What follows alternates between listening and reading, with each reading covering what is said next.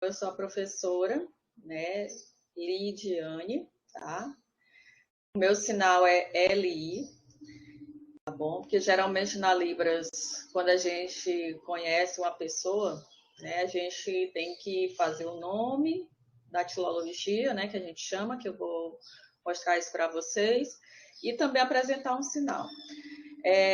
Na reunião eu percebi que alguns de vocês, né, já conheciam um pouco, né, da Libras, alguns também já têm sinal, enfim, se vocês quiserem, né, falar que tem sinal, que já sabe um pouquinho, né, fazer o nome de vocês, né, da filologia, seria interessante. Não sei se vocês aí na cidade de vocês já tiveram algum curso básico, né, ou então o intermediário ou o avançado, tá bom? Então, deixa eu aprofundar, né, a minha apresentação. Então, eu sou a professora Lidiane, tá? Meu sinal, como eu já falei, é LI. Certo. Estou fazendo a apresentação. E eu sou professora de Libras, né, da SEDUC, aqui do Piauí, tá? E eu sou coordenadora, né, dos cursos de Libras do Centro de Línguas do Estado, que é o CCL, tá bom? Eu também sou intérprete, né, de Libras, só que eu não atuo, né, eu sou mais mesmo professora. Enfim, eu tenho algumas formações, né, eu sou pedagoga, né, eu sou historiadora e eu estou terminando Letras Libras, né, na UFP. Aliás, eu estava quase, né, concluindo, só que como eu passei agora no doutorado, então eu tive que trancar aí, né, o curso, mas eu estou tentando retornar para poder finalizar. Gente, vou explicar aqui para vocês um pouquinho do nosso plano de trabalho, tá? Lembrando, assim, geralmente quando a gente ministra uma disciplina, né, de Libras em cursos, né, de graduação, a gente pensa assim, não, agora eu vou aprender Libras, né? Agora eu vou sair do curso, né, sabendo tudo, né, de Libras. E não é. Então, para você aprofundar a Libras, você precisa prática, né, todo dia e também fazer cursos, né, como a Vanessa já tem aí a experiência lá no Centro de Línguas, né, onde eu sou professora e também coordenadora.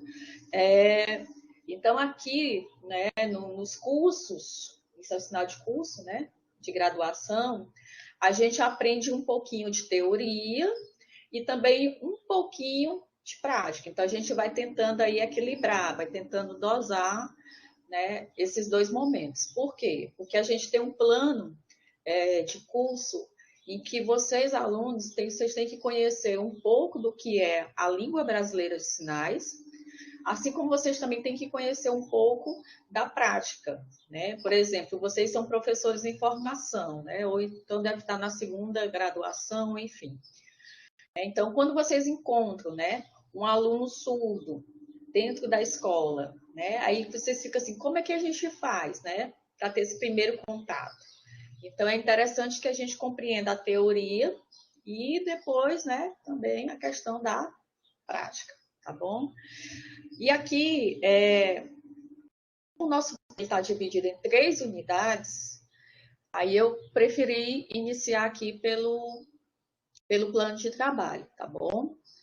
Explicar um pouquinho para vocês como é que vai acontecer a nossa disciplina. Lembrando que não é uma disciplina prática, tá? Ela é teórica também. Eu digo para vocês que ela é mais teórica do que prática. E aí eu volto a aprofundar aqui. Para que vocês tenham um pouco mais de aprofundamento prático, é interessante que vocês façam cursos, né?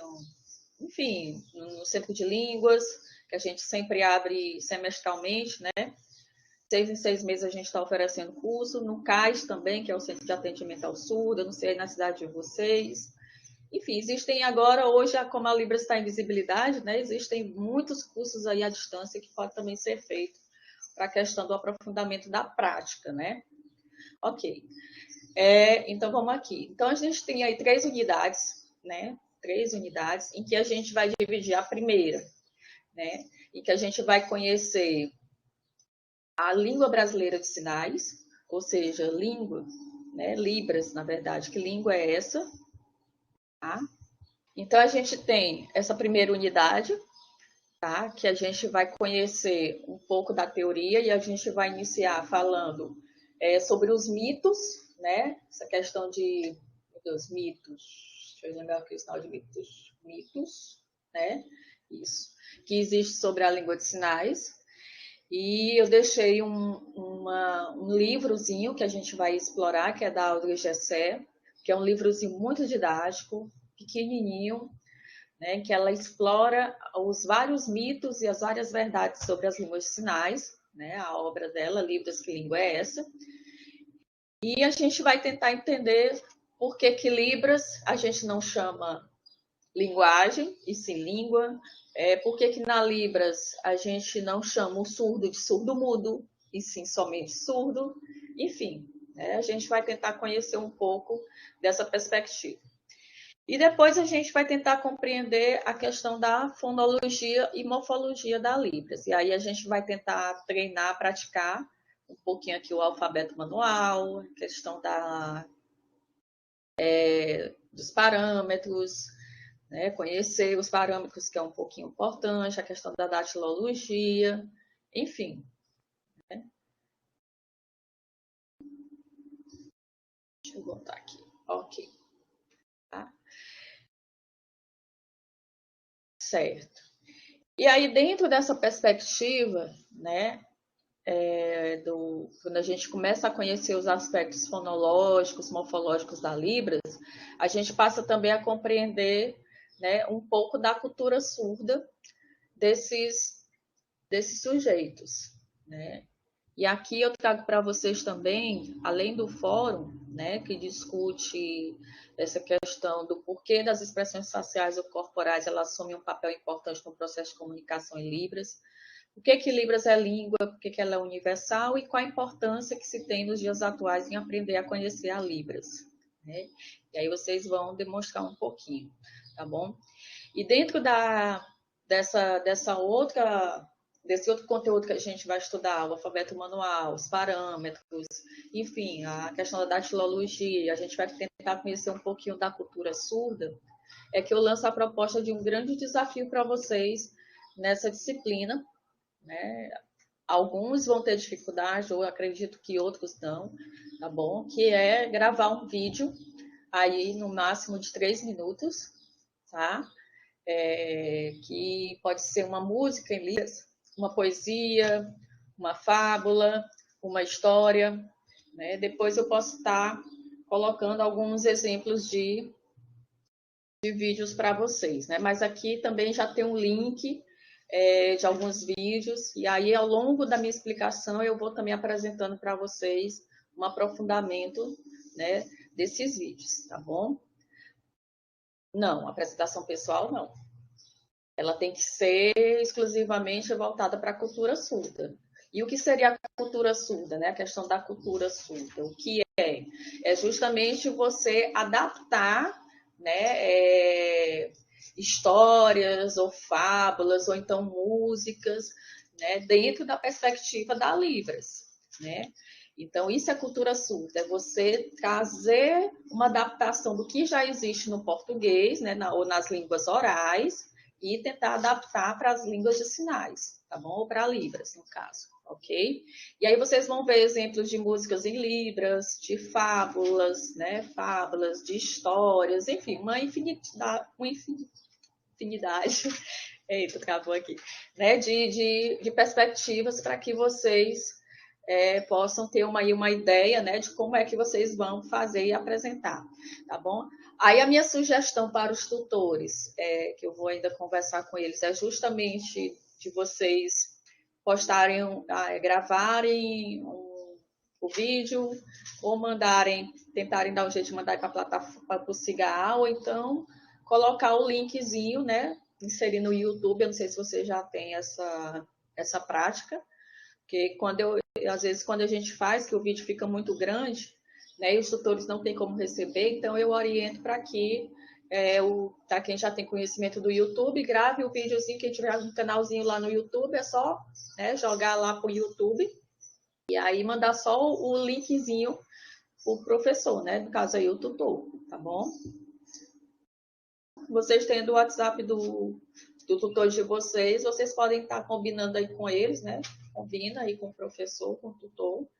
E aí vocês enviam um vídeo mesmo caseiro, né, organizadozinho, no máximo de 13 minutos.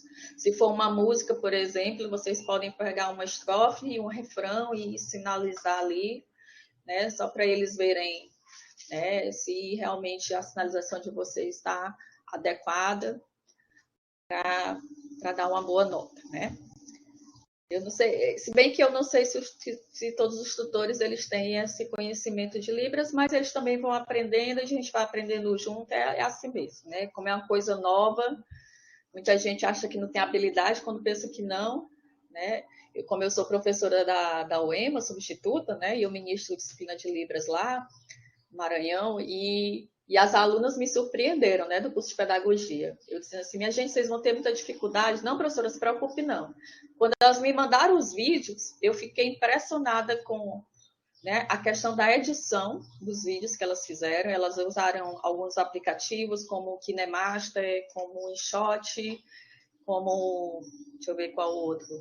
Enfim, né? E existem alguns aplicativos aí que já dão condições de você editar, né? Recortar, enfim, colocar uma aberturazinha legal, né? Disciplina de Libras, professora tal, fulana de tal, universidade, enfim. Vocês poderiam mandar o link por meio de um documento hoje para ficar registrado no SIGA? Como assim? Não entendi, Vanessa.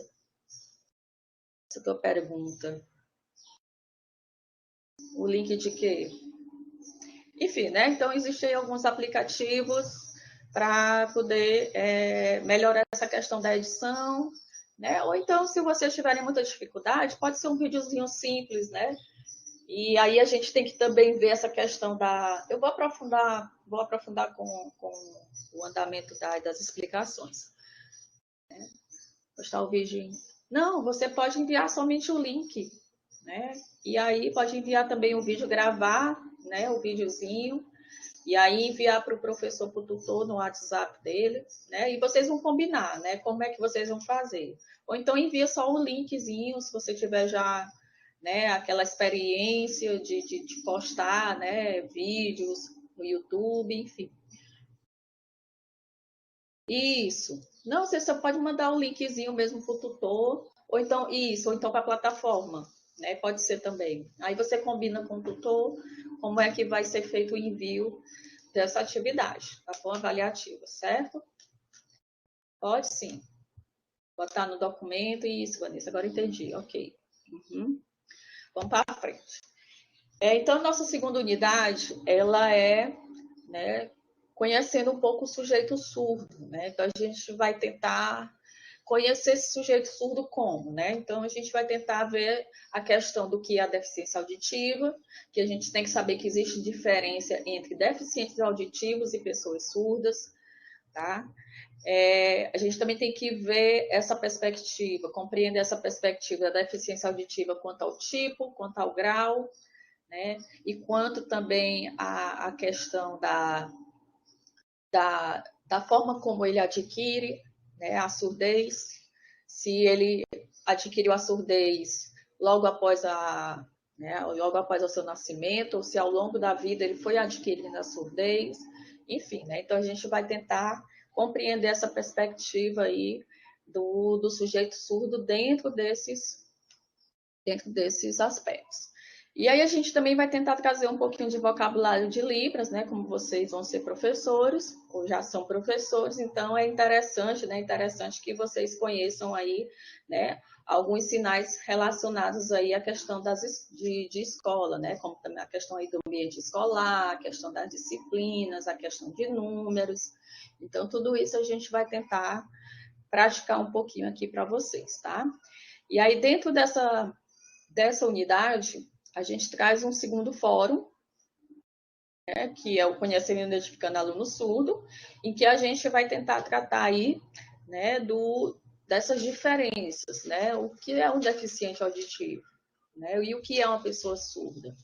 Ou então, e também por que os surdos que frequentam escolas hoje no ensino regular, com histórico de reprovação em vários anos na mesma série, principalmente nas séries iniciais, muitas vezes não apresentam a evolução no processo de ensino-aprendizagem, né? Sendo que esse processo, que por algum tempo desencadeou traumas e frustrações em sua vida e, consequentemente, a evasão escolar. Então, vocês vão dar a opinião de vocês, né, fazer a discussão, porque assim, por que eu coloquei essa perspectiva? Porque a gente escuta muitos relatos de surdos, né, principalmente a gente tem contato com os surdos, né, no meu caso, eu trabalho com a comunidade surda, eu tenho 4 professores, né, que são surdos lá da escola do CCL, que eu tenho que orientar, né, que eu tenho que ajudar. Então, assim, eu estou em contato direto com os surdos. E eu ainda estudo, né, letras libras com os surdos. Então, eu tenho amigos surdos também. Então, tudo isso a gente vai tendo uma afinidade com um pouco com a experiência de vida deles. Então, o que eles relatam, né? Eles relatam que muitas vezes chegam nas escolas e as professoras não conhecem, né, nada de Libras, então aí não tem intérprete muitas vezes nas escolas, né? E aí o que acontece? Os surdos, né? Ele vai passando, o professor vai passando esse aluno e ele, né, termina, né, a escola, né, o ensino médio, o ensino fundamental, enfim, a educação básica, sem saber de nada, né? Por quê? Porque não teve orientação, não teve ajuda, o professor nunca se interessou, né, em aprender a Libras. Então, isso dificulta, né, dificulta de verdade para que o surdo, né, ele seja incluído aí dentro desse ambiente escolar, tá bom? Então, é importante que vocês conheçam e aprofundem um pouquinho mais essa discussão, né? Então, a gente tem algumas apostilas que eu vou trazer aí para a gente aprofundar, para vocês estudarem, para vocês conhecerem um pouco, né, esse sujeito surdo, como é que ele se encaixa dentro da escola, principalmente, né, quando o professor não conhece nada da Libras, né? Então, como é que fica esse aluno dentro dessa perspectiva, né? Então, é um pouquinho difícil a vida dessas pessoas com deficiências, quando a gente diz que existe uma educação, né? Uma educação inclusiva, e, na verdade, na teoria, na prática, na verdade, né, ela não existe. Então, é um pouco difícil para alguns surdos hoje essa realidade dentro do ambiente escolar, tá bom? A gente vai aprofundar mais essa discussão. E na unidade 3, né, que a gente tem aí, a gente vai tentar trabalhar a história da educação dos surdos, filosofias educacionais, isso, a história da educação dos surdos e as filosofias educacionais. Isso. Então, nós vamos trazer um fechamento da nossa disciplina dentro do conhecimento dessa história da educação de surdos, dentro das filosofias educacionais. Por que eu acho importante a gente trabalhar um pouco esse conteúdo? Eu não sei, né, se vocês aqui já conhecem o chamado Setembro, né, Azul, né, que é o Dia do Surdo. Então, é um dia internacional, né, o Dia Internacional aí do Surdo, que a gente chama de Setembro Azul. Então, no dia 22 de setembro, né, 22 de setembro, a gente comemora, né, o Dia do Surdo. E existe claro, né? E por que é Setembro Azul? Aí a gente vai ter que conhecer a história da questão dos surdos para tentar entender, né, o porquê. Se bem que o Setembro Azul ele tem uma história de muita luta, né, e também de muita, digamos assim, de grande revolta, de grande tristeza para a comunidade surda, né? Eu não sei se vocês sabem, mas o azul, o que significa? Qual a simbologia, né, da cor azul?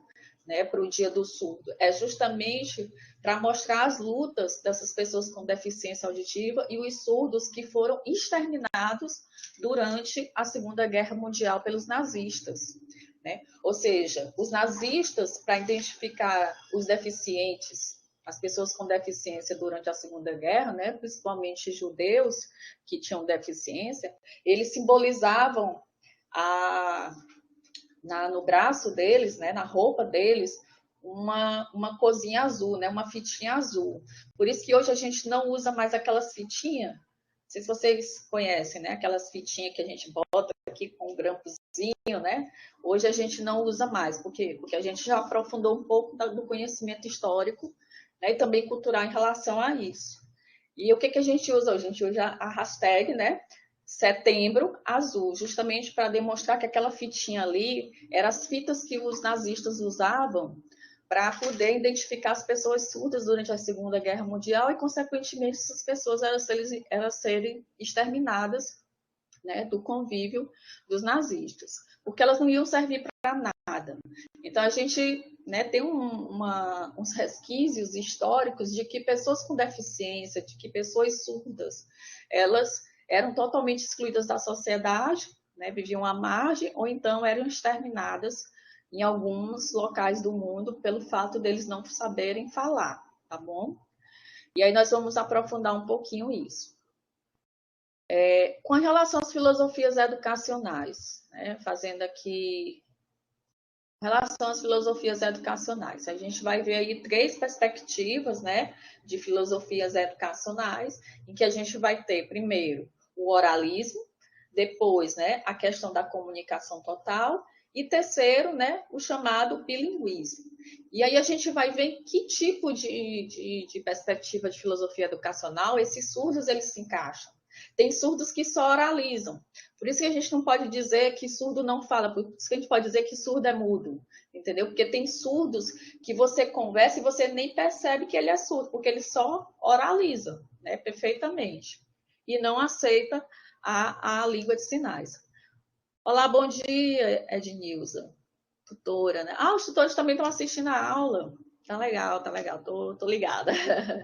Bom dia, bom dia. Ah, então é bom que a gente já vai compartilhando, né, e tirando dúvidas também. Ah, tá certo. Eu pensei que fosse só para os alunos, mas ótimo, melhor ainda, tá bom? Então vamos lá. Dentro das filosofias educacionais, como eu já falei, tem o oralismo, depois a gente vai aprofundar as características, né, da comunicação total, que é aquele surdo que aceita oralizar e também aceita sinalizar, né? Então, ele tanto sinaliza quanto ele oraliza. E já tem aquele surdo bilíngue, que é hoje que a maioria dos surdos se assumem, pelo menos aqui, né, em Teresina, né, aqueles surdos que eles só sinalizam. Eles não aceitam, né, a questão da oralização, porque eles vão se identificar ou vão defender de fato a sua língua materna, que é a Libras, como sendo a sua primeira língua. Tá bom? E aí a gente vai tentar aprofundar um pouquinho sobre essa perspectiva.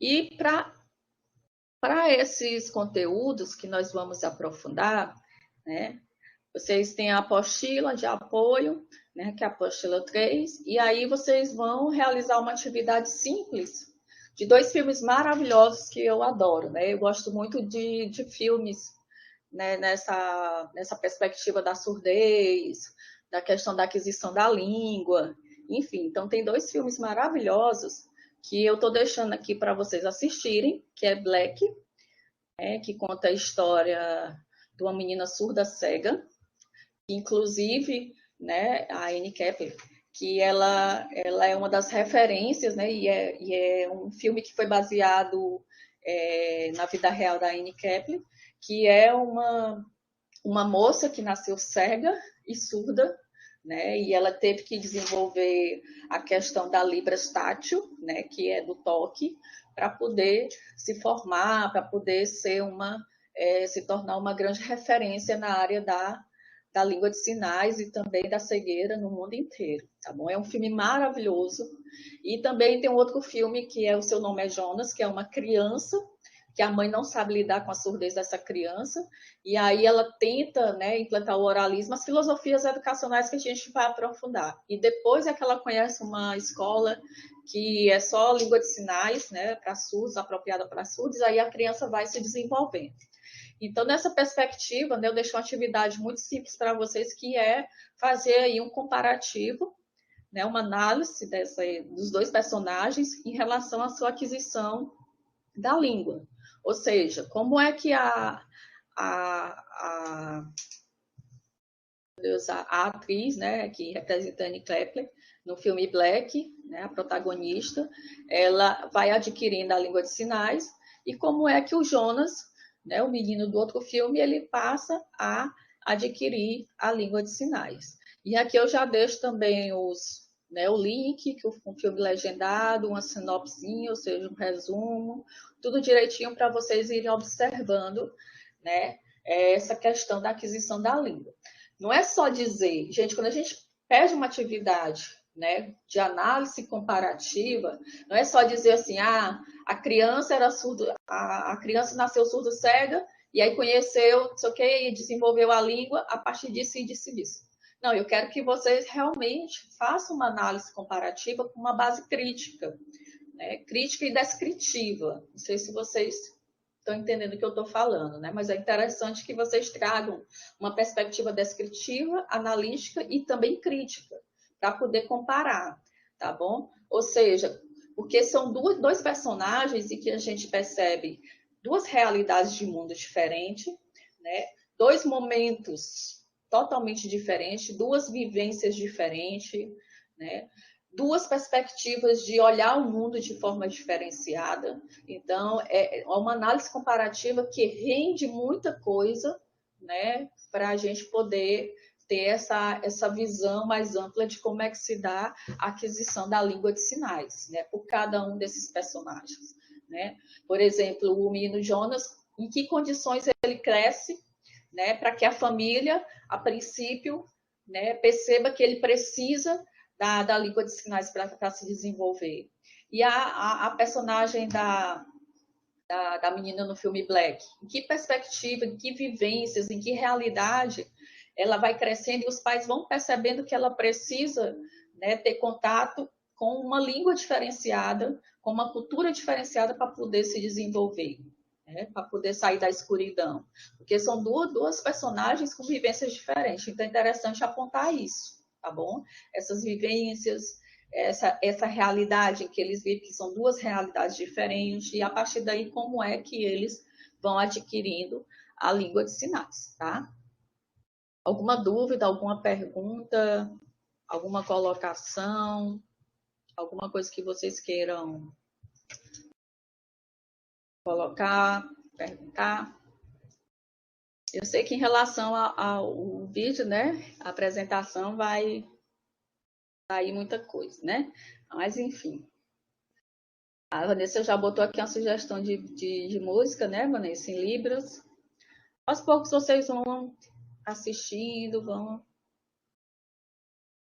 Muito bons os filmes. Eu assisti um recentemente que concorreu ao Oscar, né, que é O Som do Silêncio, que é um rapaz que tinha uma banda de rock com a namorada e que não sabia lidar com a surdez.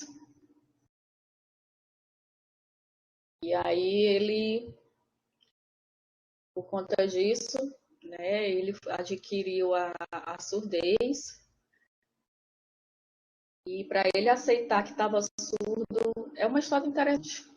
Tem um final interessante, um final bem reflexivo, né? A gente pensa que ele está aceitando ser surdo, ele ainda fez o implante coclear, que nós vamos... É interessante também a gente saber essas diferenças, né, de implante coclear para uso do aparelho auditivo, que existem umas diferenças, tá bom? E nesse filme, O Som do Silêncio, quem tiver o Amazon Prime, depois, se vocês quiserem, um aluno meu, ele baixou o filme, né? Ele disponibilizou o Drive. O Seu Nome é Jonas, é muito bom. E tem outros filmes também bons, né? Além do Seu Nome é Jonas, tem The Hammer, que é um lutador surdo, que ele conseguiu vários títulos, né, que ele entrou numa escola de surdos e aí ele evoluiu e depois conseguiu vários títulos como boxeador, né, lutador de boxe. Enfim, tem muitos filmes legais na área da surdez, se a gente souber explorar, tá certo. Mas esse filme, ele é recente, ele é um dos mais recentes, O Som do Silêncio. A gente vê aí a Amazon Prime. Família Bélier é a minha paixão. Família Bélier. Mistério de Anne. Esse aí do Mistério de Anne Sullivan eu ainda não assisti. Eu vou assistir agora. Família Bélier é o que eu assisto várias vezes e choro do mesmo jeito. Então vamos lá. A gente vai começar aqui, né? Ao longo da explicação, se vocês tiverem alguma dúvida, vocês podem falar. Se eu estiver muito empolgada aqui, que eu vou estar com tela cheia, tá bom? Mas aí vocês podem perguntar, né? E depois, qualquer coisa, eu volto aí para ver a questão do chat, tá? Então, vamos lá. Então, como eu tinha proposto aqui para a nossa disciplina, a gente tem a unidade 1, né? Que é essa construção da comunicação em Libras, né? Ou seja, como é que a gente começa a conhecer, né, a Libras, né? Então a gente tem que tentar compreender, entender, né, aí alguns aspectos, né, dentro dessa perspectiva para a gente não se perder durante o contato, né? Primeiro contato com um surdo. Tem até uma história que o pessoal estava discutindo, né, ontem num grupo que eu participo de profissionais da Libras, que as pessoas elas confundem, né, realmente tem uma confusão aí, né, de alguns sinais, né, e aí eu acho que a Vanessa até já sabe dessa história, né, por exemplo, né, sinais de queijo com sinais de rir, né, tem gente que fala, eu tô rindo, né, e aí a mesma configuração de L, né, eu tô rindo, não, mas na verdade é o sinal de queijo, né? E que rir, a gente tem um outro parâmetro de movimento e a gente vai tentar aprender isso. E às vezes quando a pessoa, né, nós ouvintes, a gente está começando, né, a aprender a Libra, quando a gente encontra um sonho, a gente tenta ir a comunicação, geralmente a gente acha assim, não, meu Deus, eu não consigo, né, me comunicar com aquele surdo, né, porque eu acho que eu não sei de nada. E aí você vai tentando, e aí o seu nervosismo é tão grande que depois você diz assim, eita, eu acho que eu, né, confundi aí, né, alguns sinais.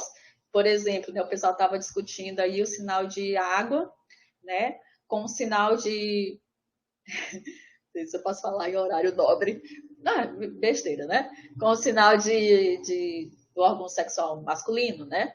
Enfim, porque esse aqui é o sinal. E aí o de água é só mexer o dedo, né? Então, existem, né, algumas diferenças que é só o parâmetro do movimento no caso de água, né? Você só mexe o dedo e no caso do órgão, você tem que ficar com o dedo parado. Né? Então, em caso de queijo, o parâmetro do movimento é para baixo, né? E no caso de rir, ele já muda o movimento. Né? Então, assim, existem sinais que a gente tem que ter muito cuidado, porque eles são muito, muito, muito, muito, muito parecidos. Né? Então, quando a gente tenta uma comunicação, a gente tem que estar aquilo ali já, né, organizado aqui na nossa cabeça, certinho, para a gente ver que sinais que a gente vai usar. E também uma coisa muito importante que a gente tem que ter dentro da comunicação em Libras é a questão das expressões, tanto faciais quanto corporais.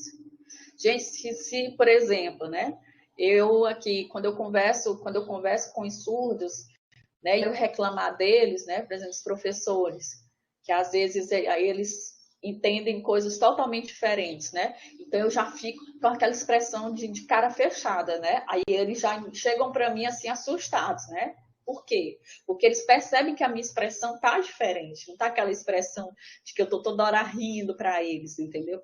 Então eu tô meio, aí já chegam na reunião, os surdos já chegam na reunião e eu já tô aqui, ó, com a cara. Aí eles logo perguntam: "O que que tu tem? O que é?", né? Aí eu digo, calma que a gente vai, ó, conversar, tá bom? Espera bem aí que a gente vai conversar, né?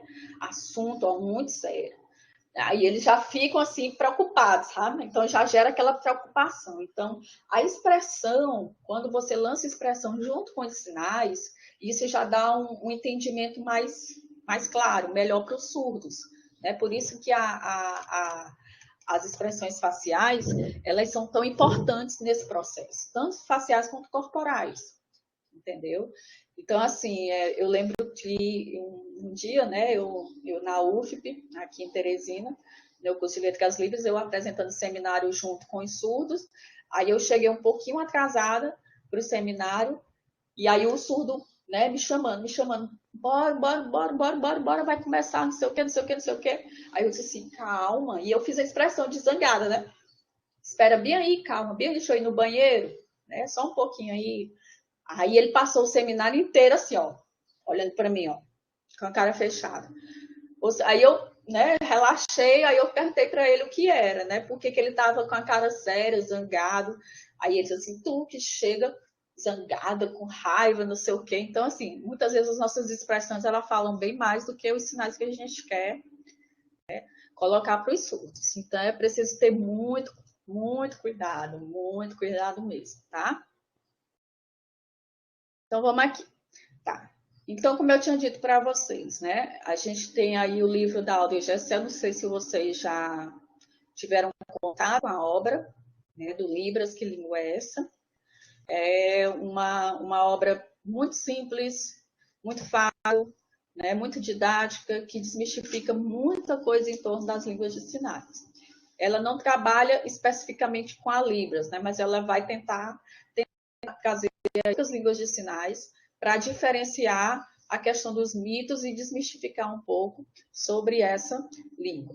Né? Como eu já falei para vocês, a gente também vai ter a questão da morfologia, fonologia, né? Fonologia e também morfologia, né?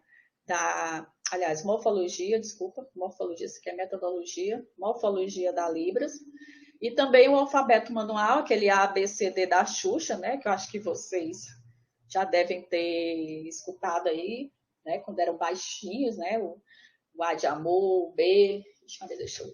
Deixa eu organizar aqui minha postura. Para cá. Né? O A, o B, o C, o D, enfim. Né? Isso é a datilologia. E também os sinais soletrados, né? Que a gente tem, que a gente usa, que é um tipo de datilologia que a gente usa dentro do chamado alfabeto manual, né? Por exemplo, o dia, né? Quando eu digo bom dia, eu posso também dizer bom dia sinal soletrado, ó. Bom e fazer o dia, ó. Dia. Né? Isso aqui também é uma forma, além do sinal, né? Do D, do dia, eu posso usar, né? Sinal soletrado de dia. Né? Isso aqui, questão de prática e aprofundamento, a gente vai conhecendo com o tempo, tá? Ok. Então, vamos tentar explorar um pouquinho, né, esse conteúdo aí do Libras, né, ou Libras, né, que língua é essa, né, ok? Certo. E aqui eu trago algumas questões que eu queria que vocês tentassem desmistificar junto comigo, né? Então, aí são 11 questões. 11 questões, né? Nós temos 11 aí, né, questões que dizem respeito a que mito ou não, né, se é verdade, né, ou não, se é falso, né, se é mentira, em relação às línguas de sinais, né? Ah, que bom, Raulmi, Francisco Raulmi, muito bom esse livro, então, concordo, viu? Né, muito bom mesmo, perfeito. Ok, então o Raulmi já leu, né? Outras pessoas também, se quiser ler, já está disponível lá no Siga, então é só ir lá, né? Baixar, você baixa e aí você lê, tá bom? E aí eu queria que vocês desmistificassem esse primeiro ponto junto comigo. Eu vou fazer a pergunta da primeira, e aí vocês, se vocês quiserem falar ou digitar, né? Eu vou estar atenta aqui para que vocês me digam, né, se é mito ou não, né? Se é verdade ou não. E por quê? Tá? Bora lá. O que é que vocês acham? Libras é uma língua? Né? A Libras é uma língua ou não? E por quê? Sim, vocês já estão respondendo aí, né? Deixa eu ver aqui. É uma língua, mas não é universal. Deixa eu ver aqui. Vocês já estão respondendo a tudo. Libras é língua. Deixa eu ver aqui as respostas de vocês. Sim, pois é uma forma de comunicar, porque é uma forma interpessoal.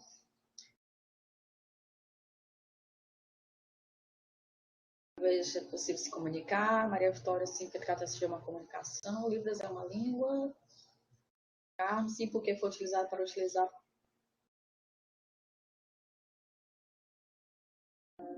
Deixa eu ver aqui.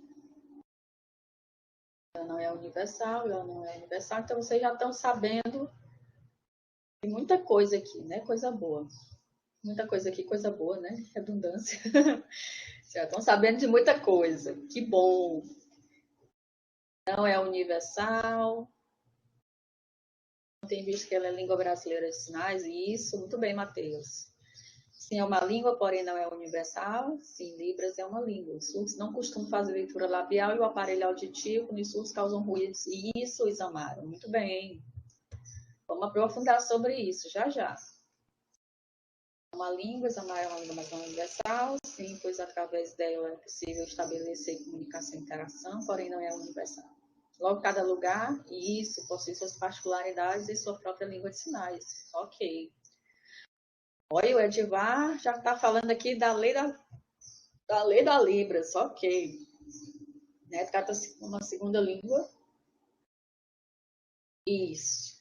Né? É para ser, né? Pela lei, viu, Edivar? É para ser a segunda língua oficial do Brasil, mas não vingou até hoje, né? É uma discussão ainda que prevalece na comunidade surda e entre os linguísticas, enfim, né? Principalmente entre os surdos que querem as escolas bilíngues, que as escolas bilíngues elas tenham, né, de fato, uma visibilidade e também se concretize, né, as escolas bilíngues no Brasil, porque eu acho que no Brasil inteiro, né, inteiro, eu acho que parece que só tem 2 escolas bilíngues para surdo, né? Geralmente, o que a gente vê de escola bilíngue? É o inglês e o português, o espanhol e o português. A gente não vê Libras em português, né? Para escolas bilíngues próprias para surdos. Infelizmente, ainda não, né? A perspectiva bilíngue ainda está dentro das línguas majoritárias no mundo inteiro. Sinais sofrem variações, e isso, Edivar, também. Você já fez curso de Libras, né, Edivar? Já está falando aí das variações linguísticas. Isso. Sofrem as variações linguísticas também. E a mesma coisa do português, né, das línguas orais. Né? Por exemplo, se eu viajo daqui para João Pessoa, né, que é onde a minha irmã ela mora, né? Se eu disser assim, me dê bem aí uma tapioca, ou aliás, me dê bem um beiju, aí lá João Pessoa disse, não, aqui é tapioca, né? Eu quero uma macaxeira, não, aqui é aipim, aí vai lá no Maranhão, aí pede um açaí, não, aqui é jussara, é panelada, dobradinha, enfim. Na Libras também nós temos essas variações linguísticas, né, que mudam, os sinais mudam de acordo com a região, mas o mesmo significado é o mesmo, tá? Ok, gente. Então, vocês já estão aí, né, um pouco tendo uma noção aí do que é, o que significa cada um dessas propostas, né, dessas perguntas que eu trouxe aqui para vocês. Né? Libras é uma língua? A maioria de vocês está concordando que sim. E aí nós vamos aprofundar o porquê. Libras é universal? Aí a maioria de vocês já está dizendo que não, né? Ou seja, já até responderam, né? Cada país, cada lugar possui a sua própria, né? A sua própria língua de sinais. Ok. Nós vamos aprofundar. E Libras é o alfabeto manual? Eu não vi ninguém falando sobre isso. O que vocês acham? Libras é o alfabeto manual ou não? Ah, fez uma pós. Legal, Edival. Muito legal. Ah, sim, Raimundo. Tudo bem. Pensei que fosse comigo. Desculpa. E aí, o que vocês acham? Libras é o alfabeto manual ou não? Vocês acham que a Libras nasceu a partir do alfabeto manual ou não? Qual é a opinião de vocês em relação a isso? O surdo todo surdo faz leitura labial, alguém já comentou sobre isso também, que não, nem todo surdo realmente gosta de fazer leitura labial, e a gente vai tentar aprofundar sobre isso. O aparelho auditivo, será que ele ajuda o surdo a ouvir melhor? Eu acho que também alguma pessoa já falou sobre isso, né, que dá ruído, né, a pessoa achou ruim, também o barulho, né, quando eles botam o aparelho. Ok, a gente vai também aprofundar sobre isso. E aí, a surdez é uma deficiência? Ninguém também falou sobre isso. É bom, Edgar, é maravilhoso o curso. Eu faltava um ano para eu terminar e eu passei de doutorado na UFP, como não posso ter 2 matrículas, né? Mas é um curso que eu pretendo ainda terminar. Estou vendo aí como é o curso. Muito bom o curso lá na UFP. Muito bom mesmo. Gente, vamos lá. A surdez é hereditária? A Vanessa, minha sogra é surda, usa aparelho auditivo e entende muito mais com a leitura labial do que com o aparelho. Aí a gente vai tentar compreender essa perspectiva do porquê. Né? Pode ser que ela adquiriu a surdez ao longo do tempo, por isso que ela tem facilidade, né, com o aparelho auditivo e também com a leitura labial. Né? As pessoas que já têm contato com o mundo ouvinte, que vão adquirindo a surdez ao longo do tempo, ela já tem uma facilidade para o uso do aparelho auditivo e também o desenvolvimento da leitura labial, que é totalmente diferente daquela pessoa que nasce surda, né, que nunca teve contato nenhum com o mundo ouvinte, e aí, de repente, pá, usa o aparelho auditivo. Aí vocês imaginem o choque, né, que é com a pessoa que nunca escutou nada na vida, botar um aparelho, né. É isso, ela tem perda progressiva. É justamente por isso que ela não tem muita dificuldade com essas questões. E também tem um implante coclear, isso, Vanessa, a questão do implante coclear a gente vai tentar, para se adaptar é complicado. Ok, a surdez é hereditária, ninguém também falou sobre isso, né? E a gente vai tentar aprofundar. A Libra surgiu através do português. Alguma opinião sobre isso? A Libra surgiu a partir do português, né? E a gente vai também tentar aprofundar. E para ser integrado à sociedade, o surdo precisa ser oralizado? Depende. E a língua de sinais atrapalha o aprendizado do português pelo aluno surdo?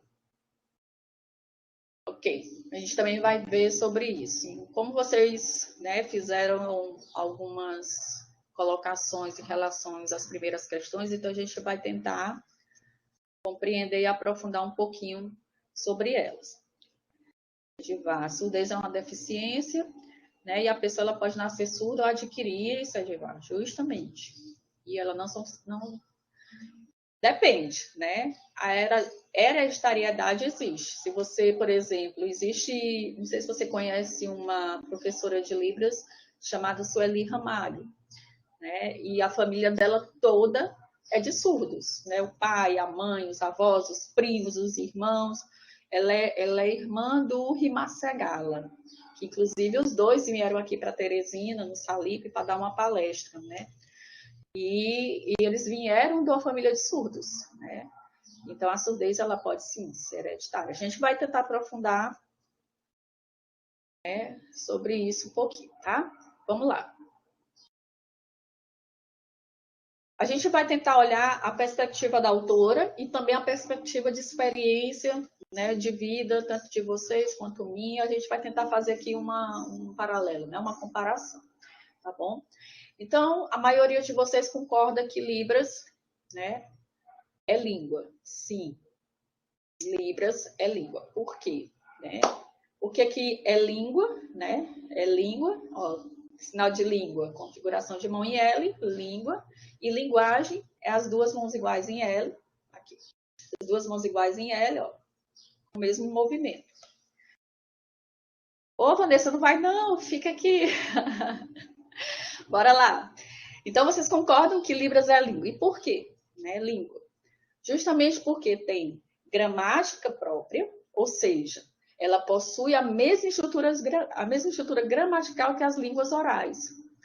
Por quê? Porque ela tem fonologia, ela tem morfologia, ela tem toda a estrutura gramatical, né? Ela tem sintaxe, ela tem pragmática, enfim, ela segue a mesma estrutura, né? Por isso que a mesma estrutura das línguas orais, por isso que Libras nunca vai ser linguagem. Eu acredito até que vocês já devem ter visto por aí, né? Na própria mídia, né? Pessoas que são desinformadas sobre a língua, sobre a Libras, e falam linguagem brasileira de sinais. Aquilo ali é uma afronta, né, para a própria comunidade surda. Muitas vezes a gente está, os professores, né, a gente tem um grupo só de profissionais que trabalham na área de Libras, tanto professores surdos como ouvintes. Então, quando a gente publica lá os editais de seleção, de concurso, está lá, vaga para linguagem brasileira de sinais. Então, isso, né, é uma afronta que a gente tem que desconsiderar, justamente porque a gente sabe que Libras é uma língua como outra qualquer, né? Por quê? Justamente porque segue essa estrutura gramatical, né? Ou seja, ela tem morfologia, ela tem fonética, ela tem fonologia, ela tem pragmática, ela tem, enfim, né? Ela segue toda essa estrutura. E ela também não é, né? A gramática da Libras não é uma adaptação da gramática da língua portuguesa. Aí já responde aquela pergunta que diz que se Libras nasceu a partir do português. Não. Libras é uma língua e o português é outra língua. A gente muitas vezes faz a comparação, né, para tentar compreender linguisticamente a estrutura e a formação da Libras, né, em relação às línguas orais, mas não é que uma é igual, né, esteja ali igual à outra, né, totalmente diferente, tá bom?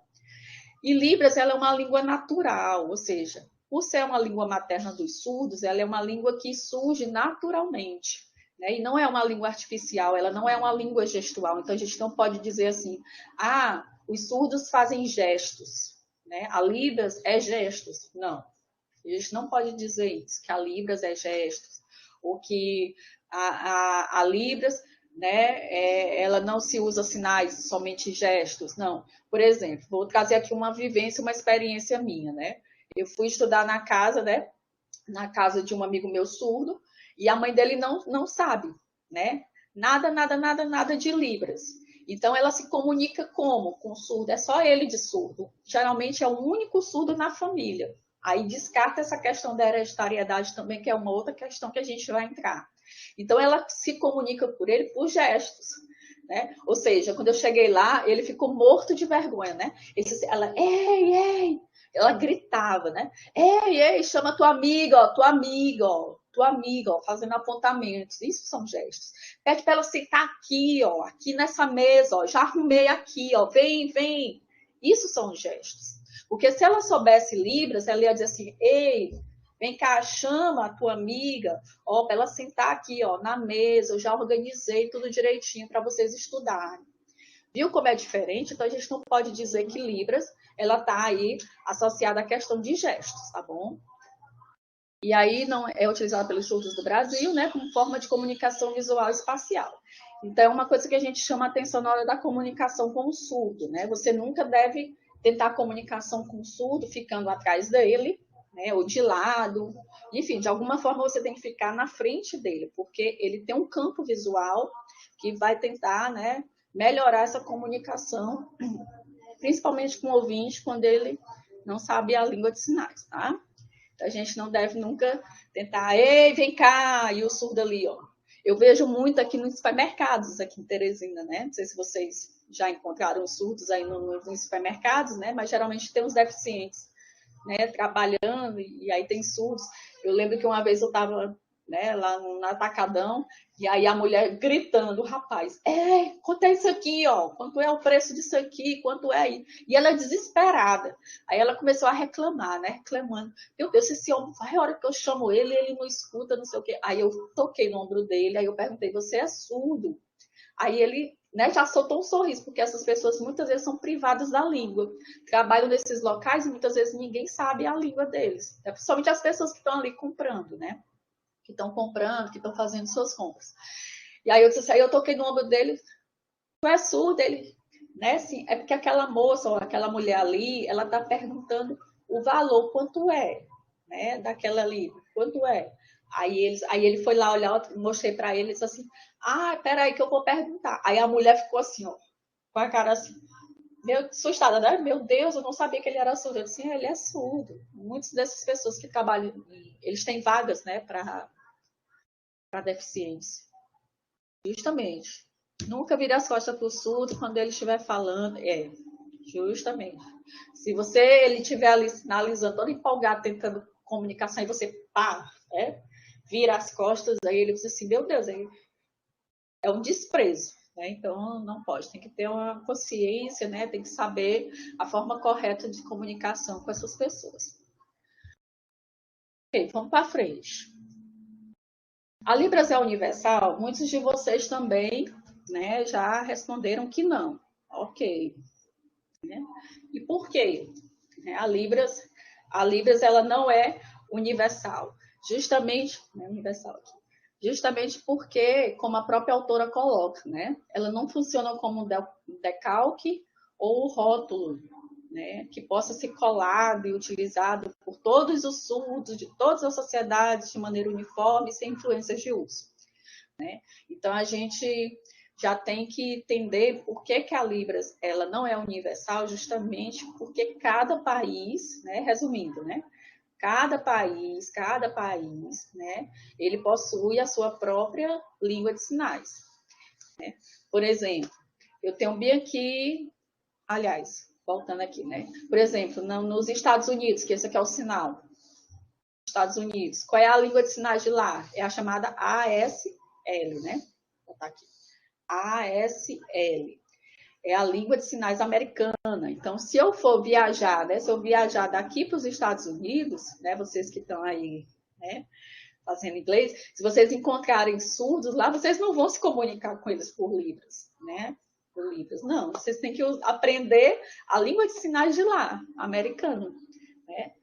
Aí tem a França, que é a língua de sinais francesa, né? A LSF, né? Que é a língua de sinais francesa, que muito dos sinais, pelo fato da Libras ter se originado da língua de sinais francesa, muito dos sinais, né? Ainda tem os resquícios, né? Da língua de sinais francesa. Por exemplo, sinal de mulher.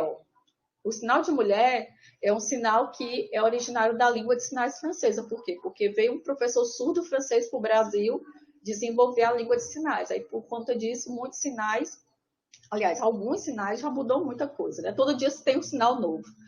Então, por conta disso, alguns sinais aqui ainda tem, né, um pezinho de empréstimo lá na língua de sinais francesa, né? Por exemplo, o sinal de mulher, que nunca se perdeu, né? Por que esse sinal é feito? Ó, polegar no rosto, mulher. Porque as mulheres na França utilizavam, né, como elas vivem na moda, então o chapéuzinho, né, com lacinho, então por isso que o sinal de mulher é também tanto na França quanto no Brasil, tá? Oswaldo, já perguntei o preço do item para um colaborador surdo no supermercado, mas foi de frente, quando pensei, até o Oswaldo está participando, é bom, né, Oswaldo? Usei símbolos universais para tentar explicar o que eu queria. E deu certo essa comunicação, Oswaldo? Ou não? Foi só apontamentos e gestos, né? Porque os símbolos aí a gente entende muito mais como os gestos e os apontamentos, né? Às vezes apontando o surdo também ele entende, né? Mas não é o certo. O certo é conhecer e aprender a Libras. Ok, então vamos lá. Só para a gente ter uma ideia de como não é universal, a própria autora ela traz o exemplo de sinal de mãe. Aqui no Brasil, a gente usa o sinal de mãe aqui, ó. É um sinal composto, mulher e bênção, tá? Mãe. E lá na Espanha, né? Lá na língua de sinais da Espanha, ó, você percebe que é aqui, ó, mãe. Aqui, ó, próxima à boca, ó, mãe. Já no Japão, você percebe que é aqui, ó, mãe. Né? Olha como muda. Né? Na Austrália, você já tem aqui, ó, o M, a configuração de M, na palma da mão, mãe. E na língua de sinais americana, você tem aqui, ó, sinal de mãe, palma da mão aberta e o polegar no queixo. Né? Então, se você chegar tentando se comunicar em Libras, em alguns países que já tem, né, o conhecimento da língua de sinais próprios do local, então você não consegue. E tem uma pesquisa sobre isso também, tem uma pesquisa aqui no Piauí, de um professor da UFP, que é o professor Anderson, um professor maravilhoso, né, um doutor em linguística, que ele está desenvolvendo uma pesquisa de uma nova língua de sinais da comunidade Sena, né, que é a língua Sena, aqui no Piauí, que é na região de Várzea Queimada, do Piauí. Né? Não sei se vocês conhecem. E ele foi lá, né, fez a pesquisa de doutorado dele, e aí ele está tentando fazer um documentário, né, sobre essa língua de sinais Sena. Então, ele levou alguns surdos para poder se comunicar com esses surdos de lá e aprender, e eles trocarem experiências de língua de sinais. Então, depois eu passo para vocês um texto dele, uma leitura complementar, só para vocês ficarem sabendo que aqui, por exemplo, aqui no Piauí, já tem uma nova língua de sinais, né? E aí comprova novamente que a língua de sinais não é universal, né? Que é a Sena. Muito boa a pesquisa dele. Ok. E Libras? É o alfabeto manual? Eu acho que ninguém falou sobre isso, né? Algumas pessoas, ninguém comentou. Mas não é. Ou seja, o que é o alfabeto manual? Primeiramente, a gente tem que entender que o alfabeto manual, né, aquele A, B, C da Xuxa, né, ele é utilizado para soletrar, né, manualmente as palavras no ar e pausadamente, né, as palavras no ar. Por exemplo, eu tenho um A, né, eu tenho A, eu tenho um B, eu tenho um C, eu tenho um D. Né, quando eu faço o meu nome, né, eu uso de forma pausada, ó, L-I-B-I-A-N-E. Né? E ele é apenas um recurso utilizado por falantes da língua de sinais. E quando é que eu uso o alfabeto manual? O alfabeto manual ele é usado quando, por exemplo, você não conhece nomes de pessoas, né, nome de pessoas, ou nomes de ruas, ou avenidas, ou de outros locais, né? Por exemplo, se eu fosse surda aqui, né? Se eu não conhecesse os sinais de vocês, porque geralmente é mais fácil, né, para um surdo se comunicar usando sinais. Aí eu tinha que dizer, ei, qual, né, seu nome? Aí tudo por datilologia, gente, o braço morre, né?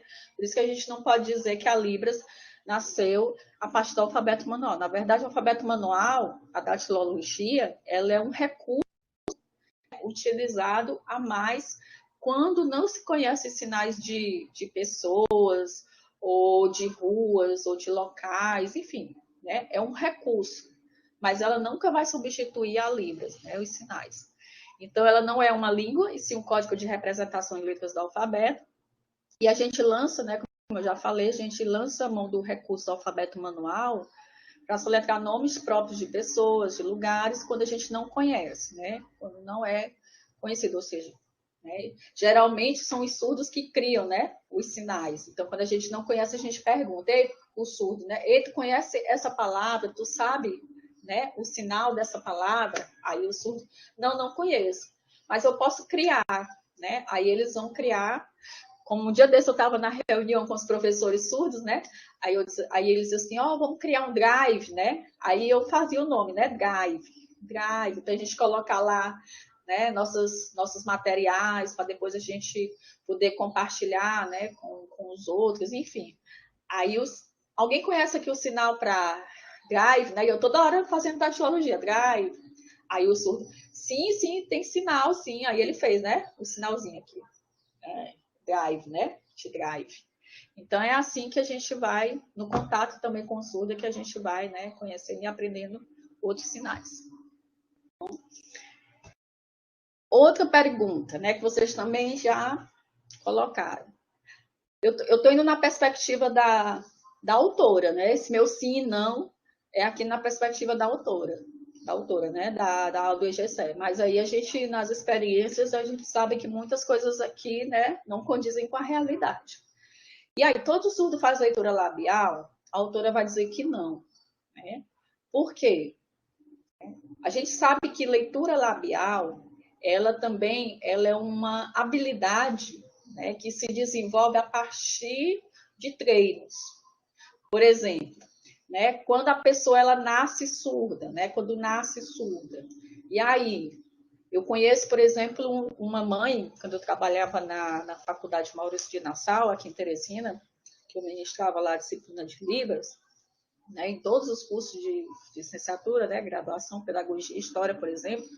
E a mãe lá, a senhora da Xerox, ela tinha um filhinho de 4 anos, surdo. Né, então, ele nasceu surdo.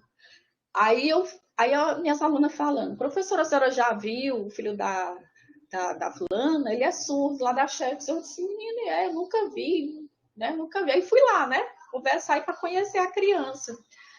Aí minhas alunas começaram a dizer, professora, ela não aceita que o menino aprenda Libras. Ela não quer que o menino aprenda Libras. Aí eu fui conversando com ela.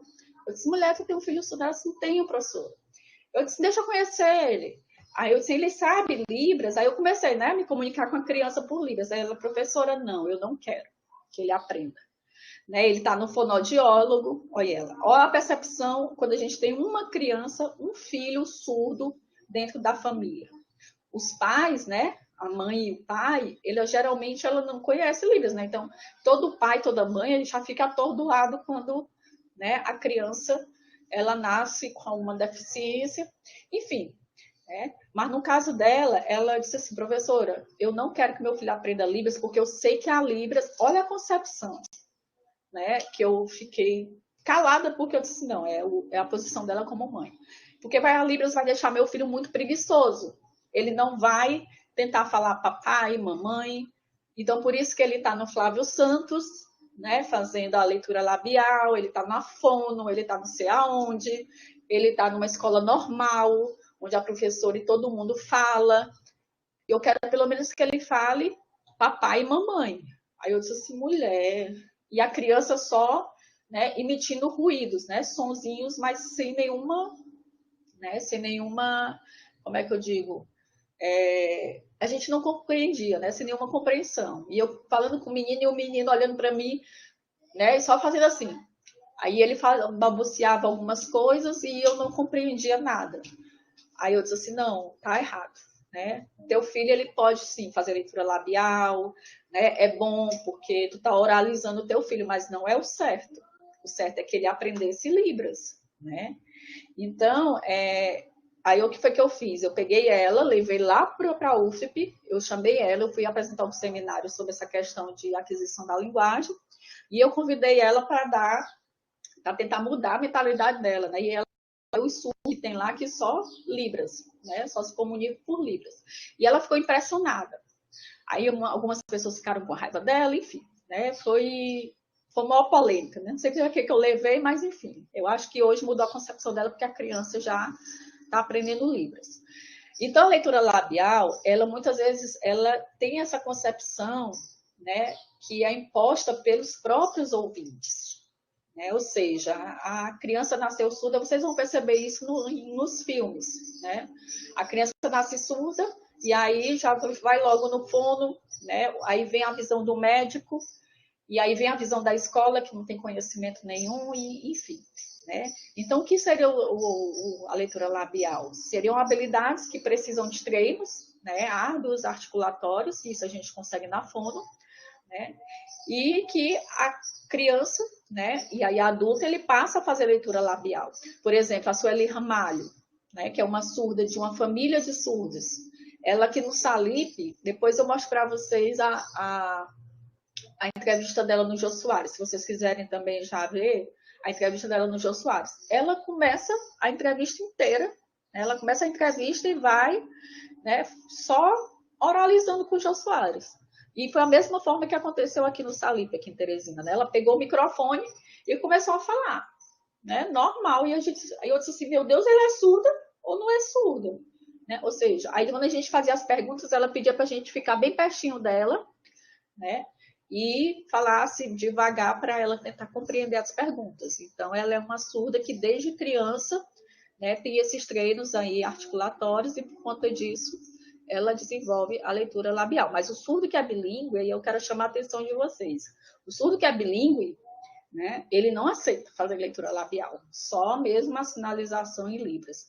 Então, vocês vão encontrar, pode ser que vocês encontrem aí surdos, né, que façam essa leitura labial, porque já tem o contato, né, com essas habilidades de desenvolver a leitura labial. Às vezes você chega perto de um surdo, você não diz que ele é surdo, porque ele está ali fazendo leitura labial e conversando normalmente com você. Já tem outras pessoas surdas que não gostam, né? Não querem, de jeito nenhum, a leitura labial. Por quê? Porque só aceitam a Libras, que geralmente é o certo. E eu defendo essa perspectiva. Gente, se vocês quiserem perguntar alguma coisa, pode perguntar. Se eu estiver falando demais, eu me empolgo. Até esqueci de botar o cabo no notebook. Eu vi que estava descarregando, né? Mesmo assim, esqueci.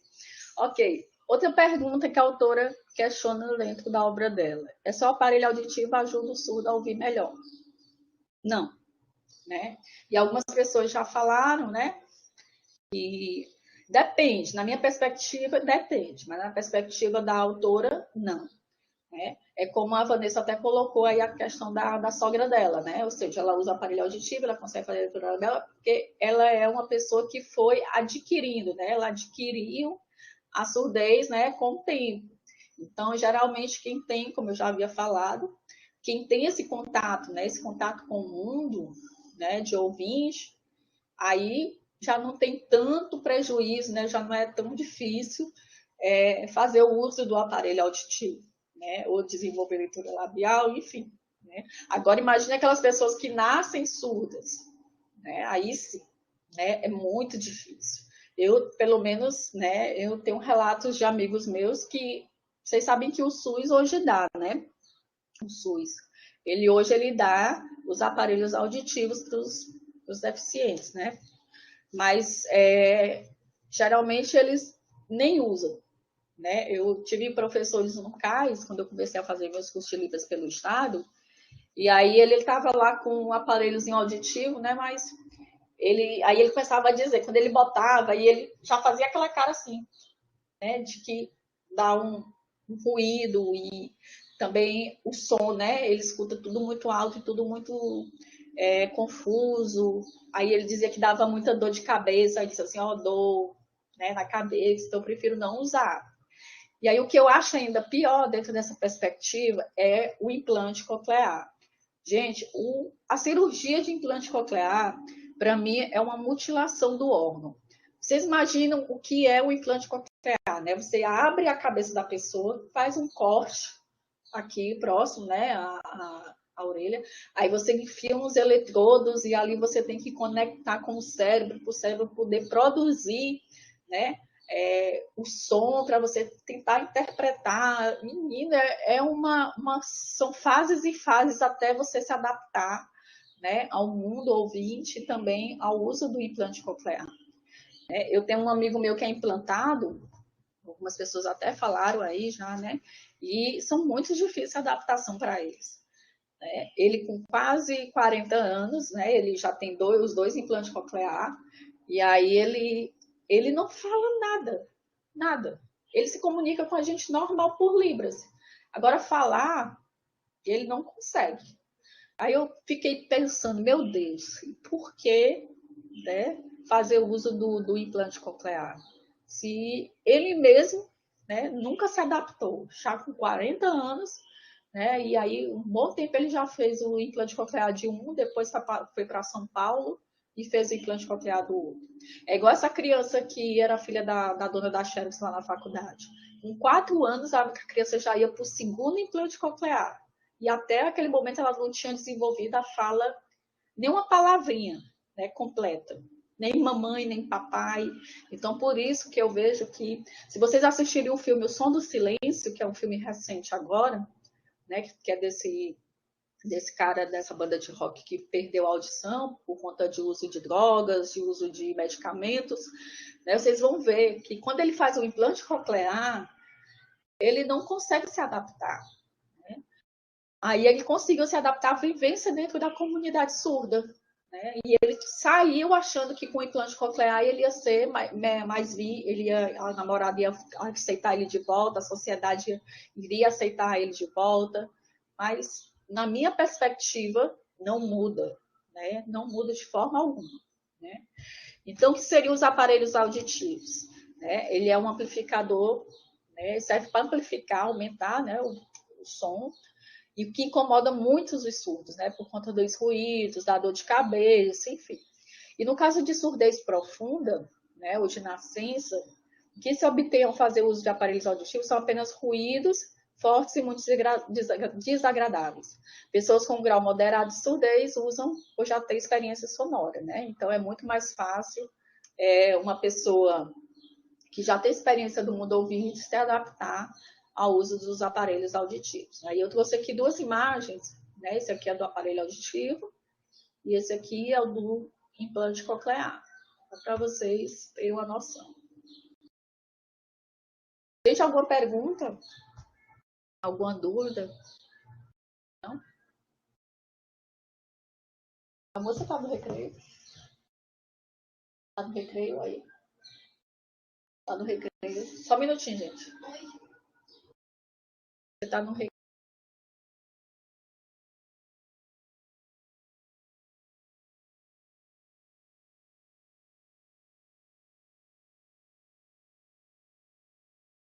Tá bom. Bora lá. Gente, ninguém tem nenhuma pergunta. Muita gente já saiu offline, né? Vanessa saiu, Edvar. Não, só a Vanessa. Carmo. Eita. Não me deixe sozinha aqui não, viu? Não me deixe sozinha não, eu não quero me sentir só não. As aulas, o pessoal quando comparar as aulas online, né? Aquelas aulas de sessão espírita. Tem alguém aí? Alguém tá me ouvindo? Ah, Ariane, estamos aqui. Tá certo, Ariane. Não saio daí não, me deixe me sentir só. Eu sou muito carente, então não posso me sentir. Que bom, Noêmia. Cadeira, gente. Aí, a gente tenta se adaptar, né, há um ano. Mas tem hora que a gente diz assim, meu Deus, será que eles estão aí? Será que eles não estão? Enfim. Vamos para a próxima? Tá certo, Zamara. É verdade, né, Lara? Ok. Que bom. Não me deixe só, não me abandone, não. A história do Setembro Azul, que bom, cara. Ótimo. Então, vamos aqui continuar. Qualquer coisa vocês podem perguntar, né? Só não me deixe só. Tá bom? Sou muito carente, não quero viver nesse espaço. Eu acho que é porque no CCL todo mundo é com a câmera ligada, né, para aprender. Aí eu fico fazendo os sinais e todo mundo repetindo ali ligado. Aí eu já estou mais acostumada. Aqui que eu só vejo vocês digitando. E aí às vezes ninguém mais digitando nada, eu já fiquei. Bom, bora lá. Surdez é uma deficiência. A autora. Pois é, Ariane. Somos duas. Eu sou altamente carente. Tô brincando. Bora lá. Surdez é uma deficiência? Não. Né? Segundo a autora, ela diz que não. E aí, para a gente tentar compreender isso, a gente tem que entender as diferenças, né, que existem entre as duas terminologias. Né? O que é deficiente auditivo, que a gente chama de DA, e o que é o surdo. Né? Então, são pessoas aí, né, que são diferentes, são terminologias que são diferentes. A deficiência auditiva, né? Quando é que uma pessoa ela é DA, que a gente chama? É quando ocorre a diminuição, né, do som ao longo do tempo. Né? Essa pessoa ela vai ficando, por exemplo, a pessoa que mais idosa, né? A pessoa quando está velha. Então, ela vai ali desenvolvendo a surdez, né? Dependendo da perspectiva em que ela vive, enfim, das experiências, né? E aí a gente percebe que com o tempo, né? Eu, por exemplo, eu acho que eu vou ficar surda cedo, né? Ah, tá, Isma, que bom, que bom. Então, a gente percebe que com o tempo, né, essa audição, dependendo enfim, de uma série de consequências, né, de remédios, de se tem casos na família, enfim, é uma série de coisas que vai levando à perca da audição. Isso aqui, ó, o uso do fone de ouvido, isso aqui é um malefício dos maiores para a gente poder chegar à surdez, viu? Alguns médicos não recomendam. Por exemplo, eu tenho um problema de rinite, né? E aí ele estava dizendo, eu disse assim, rapaz, eu acho que eu estou com um problema de surdez, com meus alunos gritando, e ele disse, você usa muito fone de ouvido? Eu disse assim, não. Aí ele disse assim, pois não é bom usar aqueles fones, né? Mesmo ele sendo, né, oftalmologista, ele estava, né, como ele era do grupo lá, bom, um monte de coisa ele estava falando. Aí eu também, outra coisa, eu fui levar minha filha, ela, por conta de uso de muito fone de ouvido, né, ela começou a criar uma ferida, né, no ouvido, aí começava a sair água, aquela coisa, aí o médico disse, quando ele foi fazer a limpeza, ele disse assim, olha, não deixe seu filho usar esses fones que tem a borrachinha, né. Enfim, dizem que, pelo menos o discurso médico é esse, né, que causa a surdez, que dá problema, que, enfim. Então, o deficiente auditivo, geralmente, é aquela pessoa que vai perdendo a audição com o tempo, diferente do surdo. Né? Por isso que a gente tem os surdos, né, que já nascem com surdez profunda, né, que é no momento do nascimento, né, ou então que são surdos parciais, né, que por alguma doença adquiriram a surdez, enfim. Mas para a gente diferenciar o deficiente auditivo do surdo, né, a gente geralmente associa a questão das fases. Né? Geralmente um DA, ele já está ali na fase, no final da adolescência, entrando na fase adulta, então é uma pessoa que já tem está muito tempo em contato com o mundo ouvinte. E o surdo não. Esse surdo, geralmente, ele teve pouquinho contato, ou então nunca teve contato com o mundo ouvinte. É por isso que a gente traz essa diferenciação, também por conta das experiências que cada um carrega, né? E também a gente percebe que o DA, o deficiente auditivo, é outra diferença que a gente também tem que trazer. O deficiente auditivo, ele se comunica com você normalmente. Usando o aparelho auditivo, ele fala normal, ele faz a leitura labial normalmente, né? Então, você nem percebe muitas vezes que ele está ali usando o aparelho auditivo, ou ele é um DA.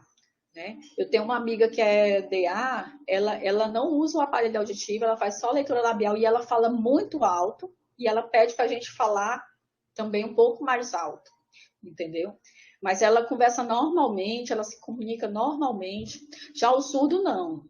A pessoa surda, a gente já percebe que ele está ali, ó, sinalizando, né? Que ele está, de alguma forma, tentando desenvolver sua comunicação a partir da língua de sinais, tá bom? E aí ele carrega a identidade surda, participa da comunidade surda, enfim. A gente tem que ter em mente essas diferenciações, tá? E aqui a gente também tem uma... Isso aqui já é meu, né? Eu trouxe isso aqui para a gente poder aprofundar também, desmistificar também esses termos. A gente não usa mais o termo portador de deficiência, tá? Esse termo portador, ele já é um termo considerado preconceituoso, é um termo que, dentro das legislações das leis, né, atualmente ele já foi excluído, né, esse termo assim, o portador, mas eu acredito que ainda exista algumas leis aí que usam o termo portador de deficiência, né? Então o surdo, muitas vezes ele se sente menosprezado, ele se sente à margem quando vê a pessoa, né, dizendo que ele é portador, quando ele fala leitura labial, né, ele diz portador de deficiência. A pessoa não porta nada, a pessoa não carrega, a pessoa vai se desenvolvendo algo. É por isso que o termo correto hoje é, né, pessoa com deficiência e não mais portador de deficiência. Agora, o que eu acho engraçado, quando eu estava uma vez conversando com um amigo meu surdo, né? Eu estudava com um amigo meu surdo, e aí ele chegava na sala, né, com sono, 2 horas da tarde, né, 2 da tarde, e ele ali com sono, eu disse assim, menino, tu estava fazendo o quê? Estava estudando, era? Aí ele disse assim, não, eu estava era bebendo. Eu disse, tu estava bebendo? Ele disse assim, a madrugada toda, ó, eu bebendo. Aí eu disse assim, tu tem eu tenho um salário. Ó, o salário de onde? Eu perguntei de onde? Ele, do INSS. Eu disse, tu já é aposentado? E ele, do INSS? Ele disse, sim. Aí ele pega o dinheiro, ó, e vai pra farra. Aí eu fiquei pensando naquilo ali, né? Eu fui conversar com algumas pessoas. Aí ele disse assim, Lidiane, eles aproveitam da lei, ó, que tem lá, né? Portador, deficiente, eles não gostam, né? De ser chamados de pessoa com deficiência, de portador, enfim, mas quando eles sabem dos direitos dele, aí eles ó, vão lá, né, preenche toda a papelada. Ó, tem surdo que tem casa de graça, surdo que eu conheço, que não paga água, não paga luz, né? Ainda recebe o salário do INSS como incapaz, né? Como inválido. Aí eu fico, né? Eu disse, meu Deus do céu. Aí já outros surdos, né? Eu pergunto isso, se tu vai se aposentar? Ele disse assim, não, eu estou estudando, eu estou na universidade, então eu quero crescer, eu quero ser professor, eu quero me formar, eu quero fazer mestrado, eu quero fazer doutorado. Eu não vou, né, ficar dependendo de um saláriozinho para não, né, passar nos meus concursos e tudo. Então, existem várias visões, né, em relação a essa questão aí. Outra coisa que a gente tem que desmistificar é a questão do surdo-mudo. Né? Como eu já disse para vocês, surdo-mudo, nunca viu? Por favor, nunca use. Ah, ele é surdo-mudo, ele é mudinho. Né? Por que a gente não usa esse termo mais? Porque a gente já sabe que o problema não é nas cordas vocais, é só aqui, ó, na audição. Eu lembro quando eu era criança, né? Tinha um senhor que todo dia de manhãzinha cedo a minha mãe dava um cafezinho para ele. 5 horas da... Ele era o despertador da gente ir para a escola. 5 horas da manhã, ele já gritava na porta lá de casa, né? E a mamãe já sabia que ele queria café. Era um senhor que não tinha muita condição, vivia na rua, ele tomava muita cachaça, aquela coisa. Aí a minha mãe gostava que só dele, né? E ele gostava muito da minha mãe. Aí a minha mãe, não, minha filha, é o mudinho. Né? Ela dizia sempre assim. E aquilo ali me dava um medo ao mesmo tempo, porque eu só via ele gritando. Né? Ele me tinha só, aquela coisa toda. E a minha mãe dizia assim, não, minha filha, é um mudinho, é um mudinho. Então a gente criança, né? A gente já tem aquele estereótipo de que é uma pessoa ruim, é uma pessoa que vai fazer alguma maldade, né? É uma pessoa que... Por quê? Porque vive à margem da sociedade. A gente percebia que ele só vivia bebendo, né? Bêbado pelas ruas, mal vestido, caído nas calçadas da casa pedindo coisa, comida. E ali a gente cresce com aquela perspectiva de que não é algo bom, né? Ou que não seja uma pessoa ruim, ou que não seja uma pessoa boa, na verdade. Então a gente tem que tirar, né, desconsiderar essa questão de que todo surdo ele tem que ser mudo. Muitas vezes a pessoa não fala porque ela nunca desenvolveu, né? Nunca teve treino articulatório, nunca desenvolveu a leitura labial, nunca foi para fono, enfim. Se vocês assistirem um filme também muito bom, né, que é o Enigma de Caspar House, que é um rapaz que desde criança ele foi jogado ele foi clausurado, ele foi jogado pelos pais, né, pelo fato de ele ter nascido com a surdez, e aí o desenvolvimento, a falta do desenvolvimento, isso foi comprovado no filme, que a falta do desenvolvimento da linguagem, né, da fala, isso vai atrofiando o cérebro humano. Né? Aí no final ele tinha habilidades, né, por mais que ele não falasse, né, por mais que ele não escutasse, ele tinha as habilidades para música que ninguém compreendia. Ou seja, a parte do cérebro dele, aí no final, quando ele morreu, a parte do cérebro dele estava atrofiada, estava menor do que a outra. Ou seja, a parte da linguagem nunca ia se desenvolver, porque ele nunca foi estimulado a isso. Entendeu? Já a outra parte das habilidades musicais, aí foi conservada. Né? Nosso cérebro ele é cheio de segredos, né? De mistérios. Né? Já assistiu também, né, cara? Muito bom o filme. Ele é bem antigo, mas é um filme muito bom, Enigma de Caspar House. Né? E aí a gente entende, né, como a falta do desenvolvimento da linguagem, né, como esse contato da linguagem, ela também induz, né, a questão da diminuição do cérebro e dificulta outras habilidades. O que, Karen? O filme, O Enigma de Caspar House, é isso que você está perguntando? Tem no YouTube. Isso, tem no YouTube. Uhum. Assista, é muito interessante. Né? Ele é um filme que, assim, questão de linguística, desenvolvimento da aquisição da língua, ele é muito interessante para a gente poder pensar nessa perspectiva. Isso, ele ficou estilo Beethoven, muito bem, Matheus, isso mesmo. Ele foi comparado com Beethoven, isso. Que ninguém compreendia, né? Como é que uma pessoa, durante tanto tempo trancada, de repente, né, se volta ali para o piano, uma facilidade enorme. Aí, quando ele morreu, pegaram o cérebro dele e foram fazer os estudos. Ok. Vamos para outra questão. A surdez é um problema para o surdo? Né? A autora diz que não. Mas se a gente for parar para pensar nas experiências, nas vivências, sim, a surdez é. A nossa sociedade, ela ainda é muito cheia de estereótipo. A nossa sociedade, ela é muito ainda preconceituosa, digamos assim, né? Então, muitas pessoas ainda vê essas pessoas surdas ou com deficiência como sendo incapazes, né? É o que a gente estava discutindo no dia desse, né? Não sei se vocês viram, mas uma menina aqui do Piauí, eu esqueci a cidade agora, que ela fez 940 pontos na redação e ela tem deficiência, né? Esqueci o nome dela agora. Enfim, a gente estava discutindo, eu disse assim, que bom que a gente, né, tem pessoas, a menina com deficiência, né, na cidade de Piauí fez 900 não sei quantos pontos na redação do Enem agora. É bom que dá visibilidade para essas pessoas, né? Eu falando no grupo. E aí a gente perde aquela ideia de que a pessoa que tem uma deficiência, ela é vista como incapaz. Ela é vista que não pode concorrer ou ter os mesmos méritos que nós ouvintes, né? Que somos a que domina, né?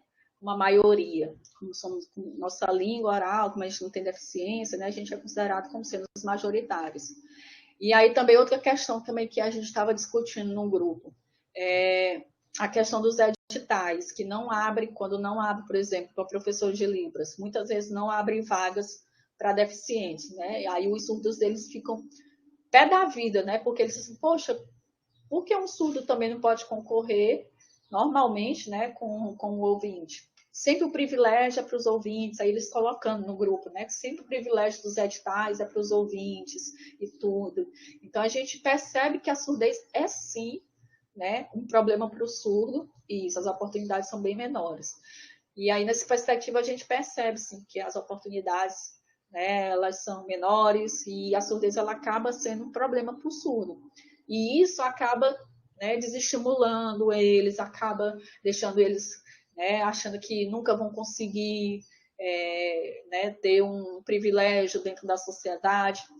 Então, a autora ela diz que não, né? Mas nas nossas vivências, nas nossas experiências, quando a gente tem contato assim com um grupo de pessoas que estão com deficiência, no meu caso, né? Que eu sou da comunidade surda, que eu sou da Associação de Intérpretes de Libras, né? Eu sou da diretoria, que eu coordeno um curso onde eu tenho 4 professores surdos, eu tenho amigos surdos, então eu tenho grupos com surdos.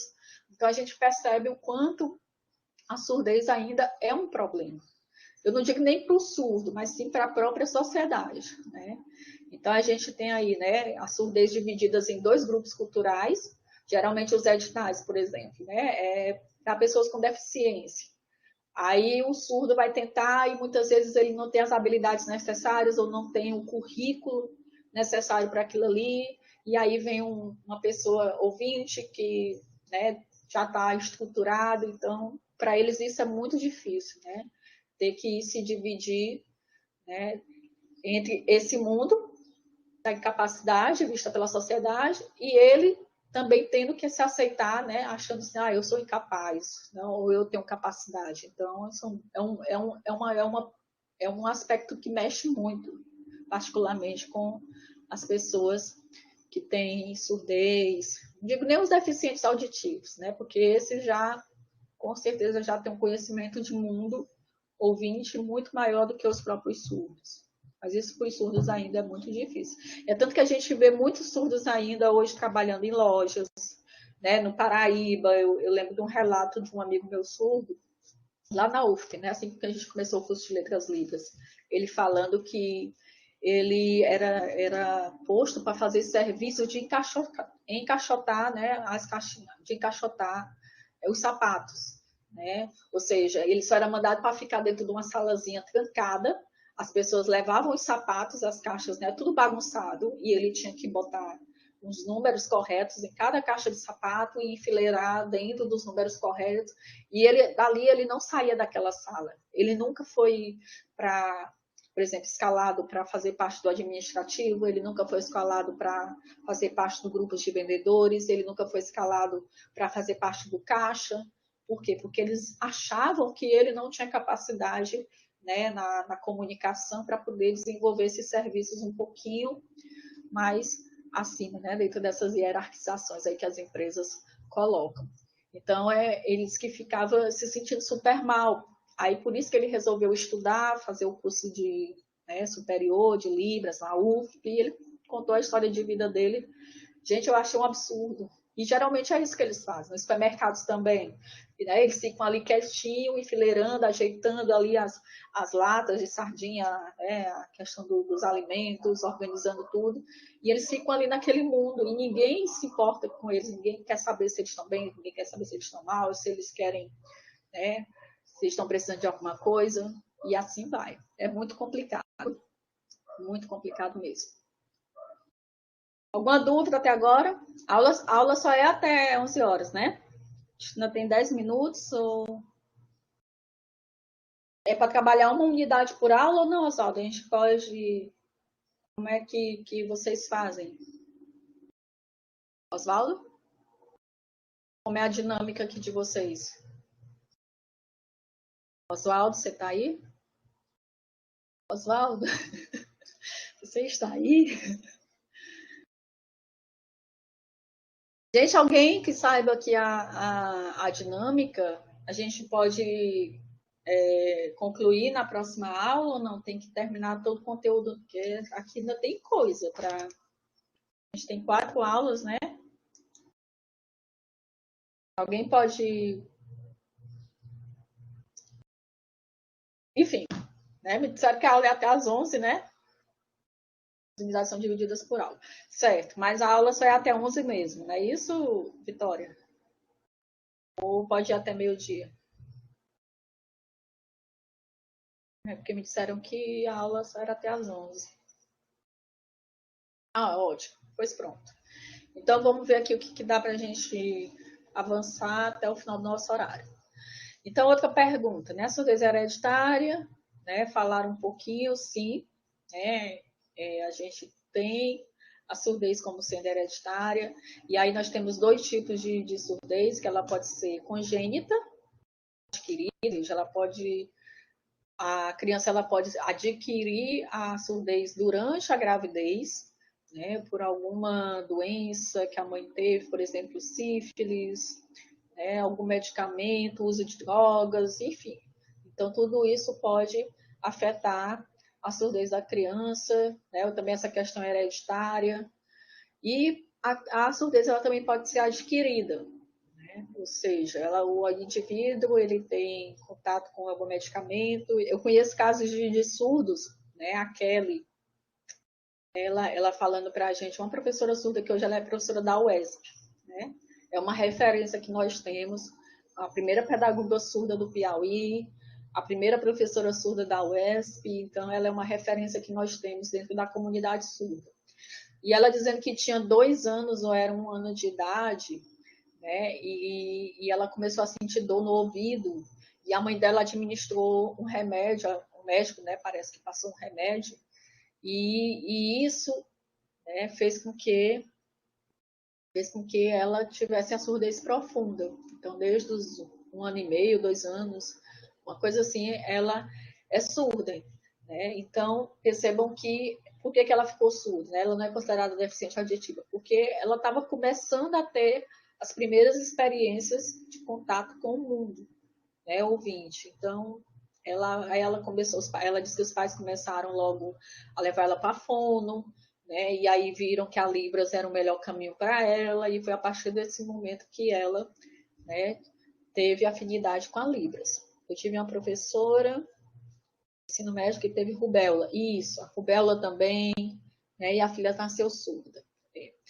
E acontece também, por isso que a gente pode dizer que a surdez é hereditária ou não, né? Porque existe a questão dos medicamentos, né? E também existe a hereditariedade dentro da família. Por exemplo, existem também famílias que têm filhos codas. A família Bellier, o filme que vocês colocaram aí, o Bela, eu conheço um amigo meu surdo que ele adquiriu meningite, né? Meningite. E aí ele ficou surdo também. Enfim, essas doenças, rubéola, sífilis, tudo isso causa surdez. A família Bellier, vocês falaram aí do filme, né? Que é um lindo filme. conta a história de uma coda, né? Coda, sinal de coda é aqui, C, né? Coda. A menina, ela é a única ouvinte, né, dos pais surdos. Coda, o que seria coda? É filha ouvinte de pais surdos, né? Então, o filme ele conta a trajetória da dependência, né, da família, dos pais, do irmão, todo mundo surdo ali, a família de surdos, e só ela nasceu ouvinte, né? Então, a gente tem aí o que a gente chama de coda. Uma vez eu fui em Parnaíba, teve um congresso, né, sobre codas. E a gente ouviu experiências de pais surdos, a gente ouviu experiências da família, né, ouvinte também, uma professora lá da Universidade da UF, lá em Parnaíba, ela falando que uma das primeiras questões que se traz quando se tem coda na família, né, é o que a criança aprende primeiro. A aquisição da língua, como é interessante nesse processo. A criança aprende primeiro Libras ou, né, o português.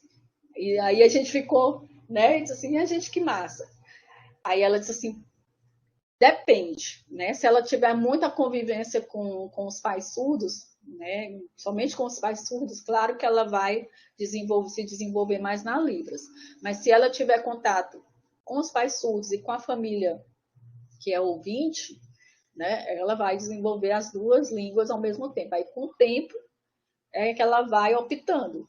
Né? Por isso que a gente tem hoje intérpretes de Libras, né, que a gente fica assim fascinado, como por exemplo a Ronice Quadros. Não sei se vocês conhecem, é uma grande linguista, professora da UFSC, lá em Santa Catarina, né?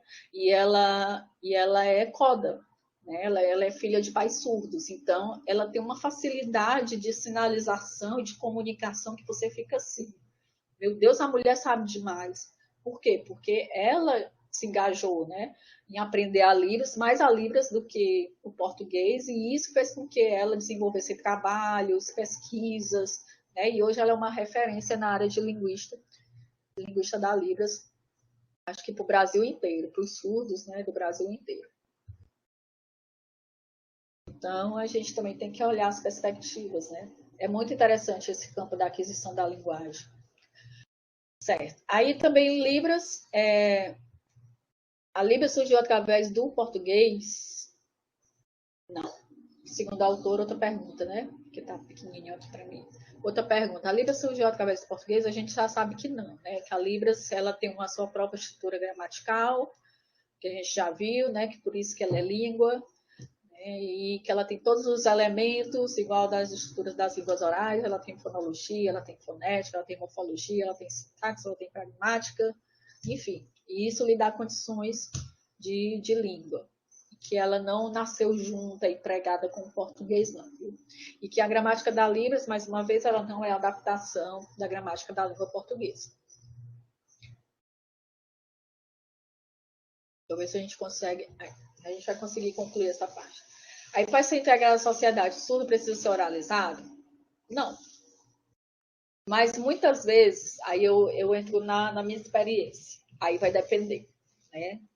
Porque muitas vezes, pelo fato da sociedade ela ser preconceituosa, muitas vezes se ela perceber que o surdo, né, que a pessoa tem alguma deficiência, então ela já exclui, né, automaticamente. Mas quando a pessoa é oralizada, né, e sabe compreender a comunidade ouvinte, né, o mundo ouvinte, então isso já não gera um problema para os surdos, né? Então, oralizar é sinônimo de negação da língua dos surdos, é sinônimo de correção, de imposição, né, ou seja, oralizar é uma imposição do mundo ouvinte, é uma imposição do discurso médico. E é isso que a gente tenta, né, não concordar muito quando a gente defende a causa surda e a comunidade surda. Os pais que têm filhos surdos, eles nunca devem ter a palavra do médico como sendo o discurso médico como sendo a última opção com a criança surda, né? Porque a gente vê a Libras uma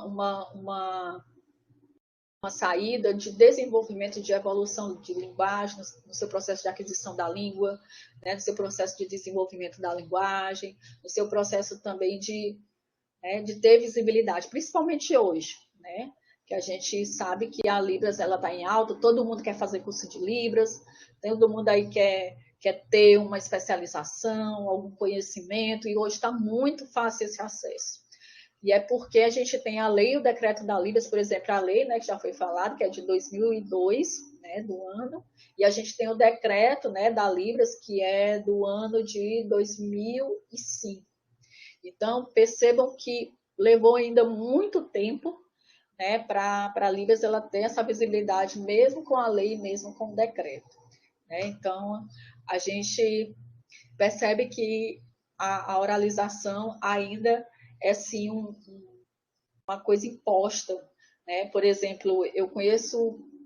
Se vocês visitarem o curso de Letras Libras, vocês vão perceber identidades surdas de diferentes aspectos. Tem surdos que só oralizam, que não aceitam de jeito nenhum sinalizar, sinalizam porque é obrigatório. No curso de Letras Libras, ou você aprende a Libras, ou então você não se encaixa no curso. Né? Então, esses surdos oralizados, a gente percebe a resistência deles, né? O medo deles em achar que só aprender Libras, né? Eu não vou ser mais aceito, né? Pela sociedade ouvinte. Então, eu tenho uma colega minha surda oralizada que a gente percebia, né? E ela disse assim, mulher, eu não quero sinalizar, eu não gosto de sinalizar, e ela só oralizando. E ela oralizava perfeitamente, ninguém dizia que ela era surda profunda. E aí eu disse, mulher, mas tem que fazer os trabalhos sinalizando. E aí? Vai fazer o quê? Vai ficar reprovada? Né? Tu vai reprovar? E a gente sinalizando, conversando, né?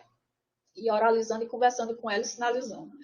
Aí ela disse assim, eu vou pensar nisso aqui. Aí com o tempo, aí agora que ela está, né, aceitando. Então, essa questão da imposição da oralização, como o texto mesmo diz aí, veio a partir de 1880, no Congresso de Milão, né, e que algumas pessoas se reuniram, né, inclusive o Alexander Graham Bell, existe ainda um grande ponto de interrogação aí, uma grande discussão, porque o Alexander Graham Bell, ele tinha a esposa dele que era surda, né, o inventor do telefone, e aí ele participou do Congresso de Milão e ele foi um dos que não aceitou a língua de sinais, né, que ele foi um dos que proibiu, né, que foi um daqueles que realmente assinou a legislação, o documento, na verdade, proibindo a língua de sinais, porque ele achava que, como a esposa dele era muito rejeitada pelo fato dela ser surda, né, então ele achava que só oralizando, as pessoas só oralizando, mesmo sendo surdas, elas eram melhor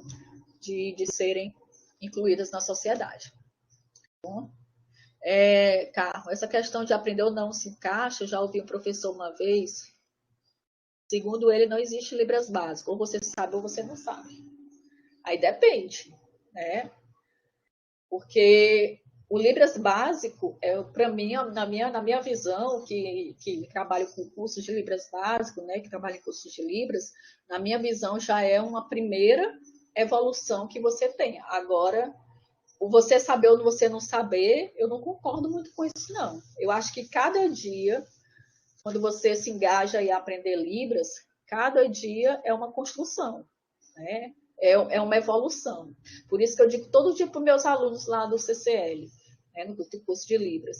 Eu digo assim, olha, gente, aprender Libras é prática.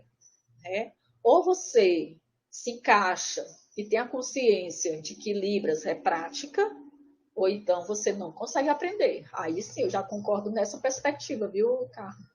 Agora dizer se você sabe ou não sabe, não. E aí, como é que você só vai saber se você praticar, se você tiver um desenvolvimento da prática, se você tiver contato com o surdo ou com a comunidade surda.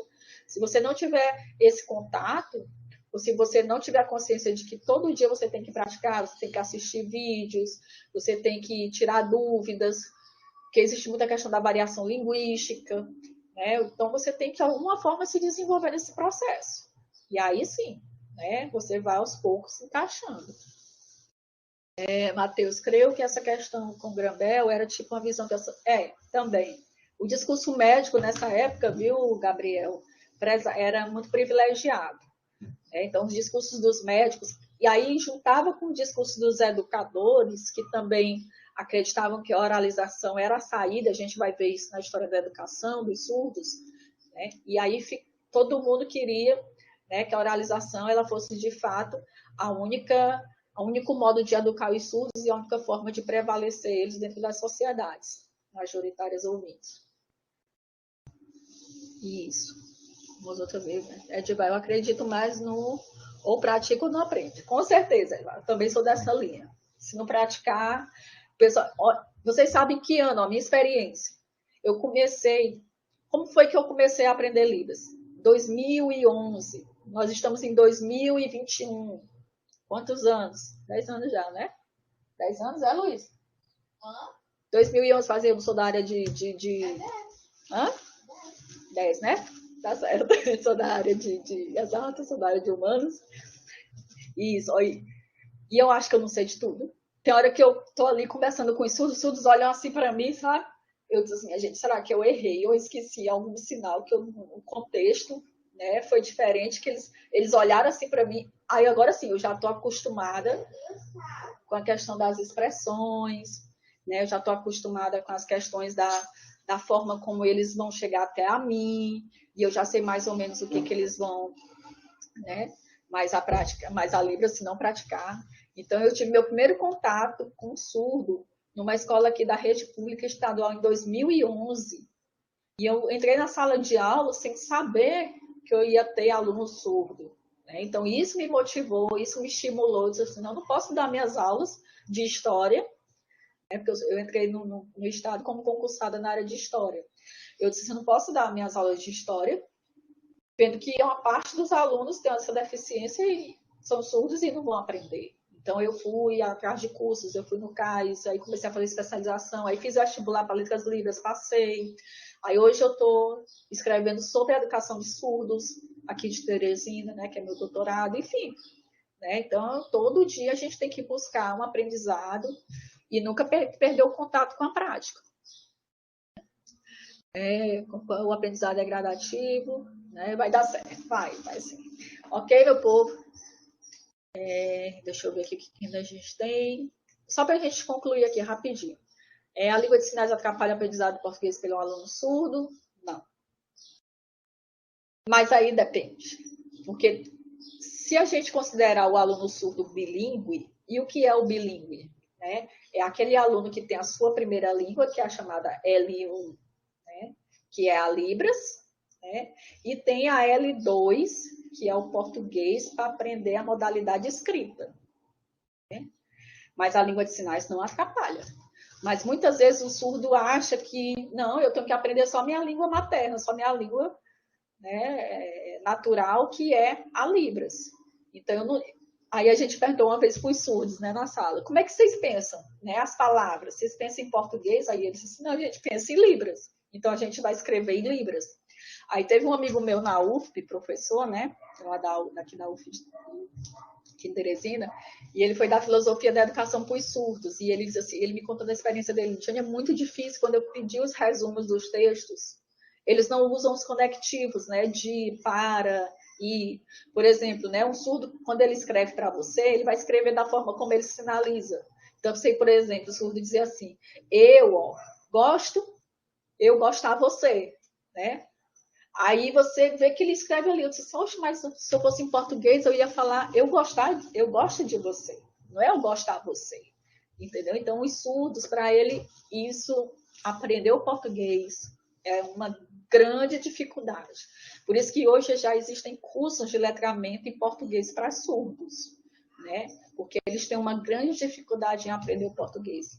Nem todos os surdos, ó, se eu abrisse aqui meu WhatsApp, né, e botasse o grupo dos professores que a gente tem de surdos, são 4 professores surdos, vocês iam ficar doidinhos, né? Porque eles fazem as perguntas e não tem o contexto do português, o contexto deles é na Libras. Aí, se a gente não tiver um costume ou não souber as regras, né, não conhecer linguisticamente essa construção da escrita da Libras, a gente acaba se perdendo um pouco. Então, pelo fato de se aceitarem bilíngue, com certeza vocês vão ter um surdo que vai ter dificuldade em aprender o português. Né? Eu já discordo um pouquinho da autora nessa perspectiva, tá? Certo. E por aqui a gente encerra nossa aula, tá bom? E na próxima aula, como é prática, né, aí a gente vai aí iniciar os aspectos fonológicos e morfológicos da Libras. A gente vai ter um pouquinho de prática. A gente vai sair um pouquinho da teoria e ir um pouquinho para a prática, tá bom? Gente, pois muito obrigada, tá? Pela aula de hoje. Que bom, e fico feliz, né? Fico feliz que vocês gostaram. E aí na próxima aula a gente continua, que vai ser aqui de Oswaldo. Próxima aula. Oswaldo tá aí? Oswaldo. Oswaldo sumiu. Oswaldo. Gente, eu que agradeço. Viu? Beijos, abraços e até a próxima. Obrigada, gente. Foi muito bom também. Gostei muito. Bem participativo. Eu gosto de aula assim, que vocês estão atentos. Obrigada e um bom dia para vocês. Que Deus abençoe todo mundo e fiquem em casa, viu? Tenham cuidado com a saúde de vocês. Bye.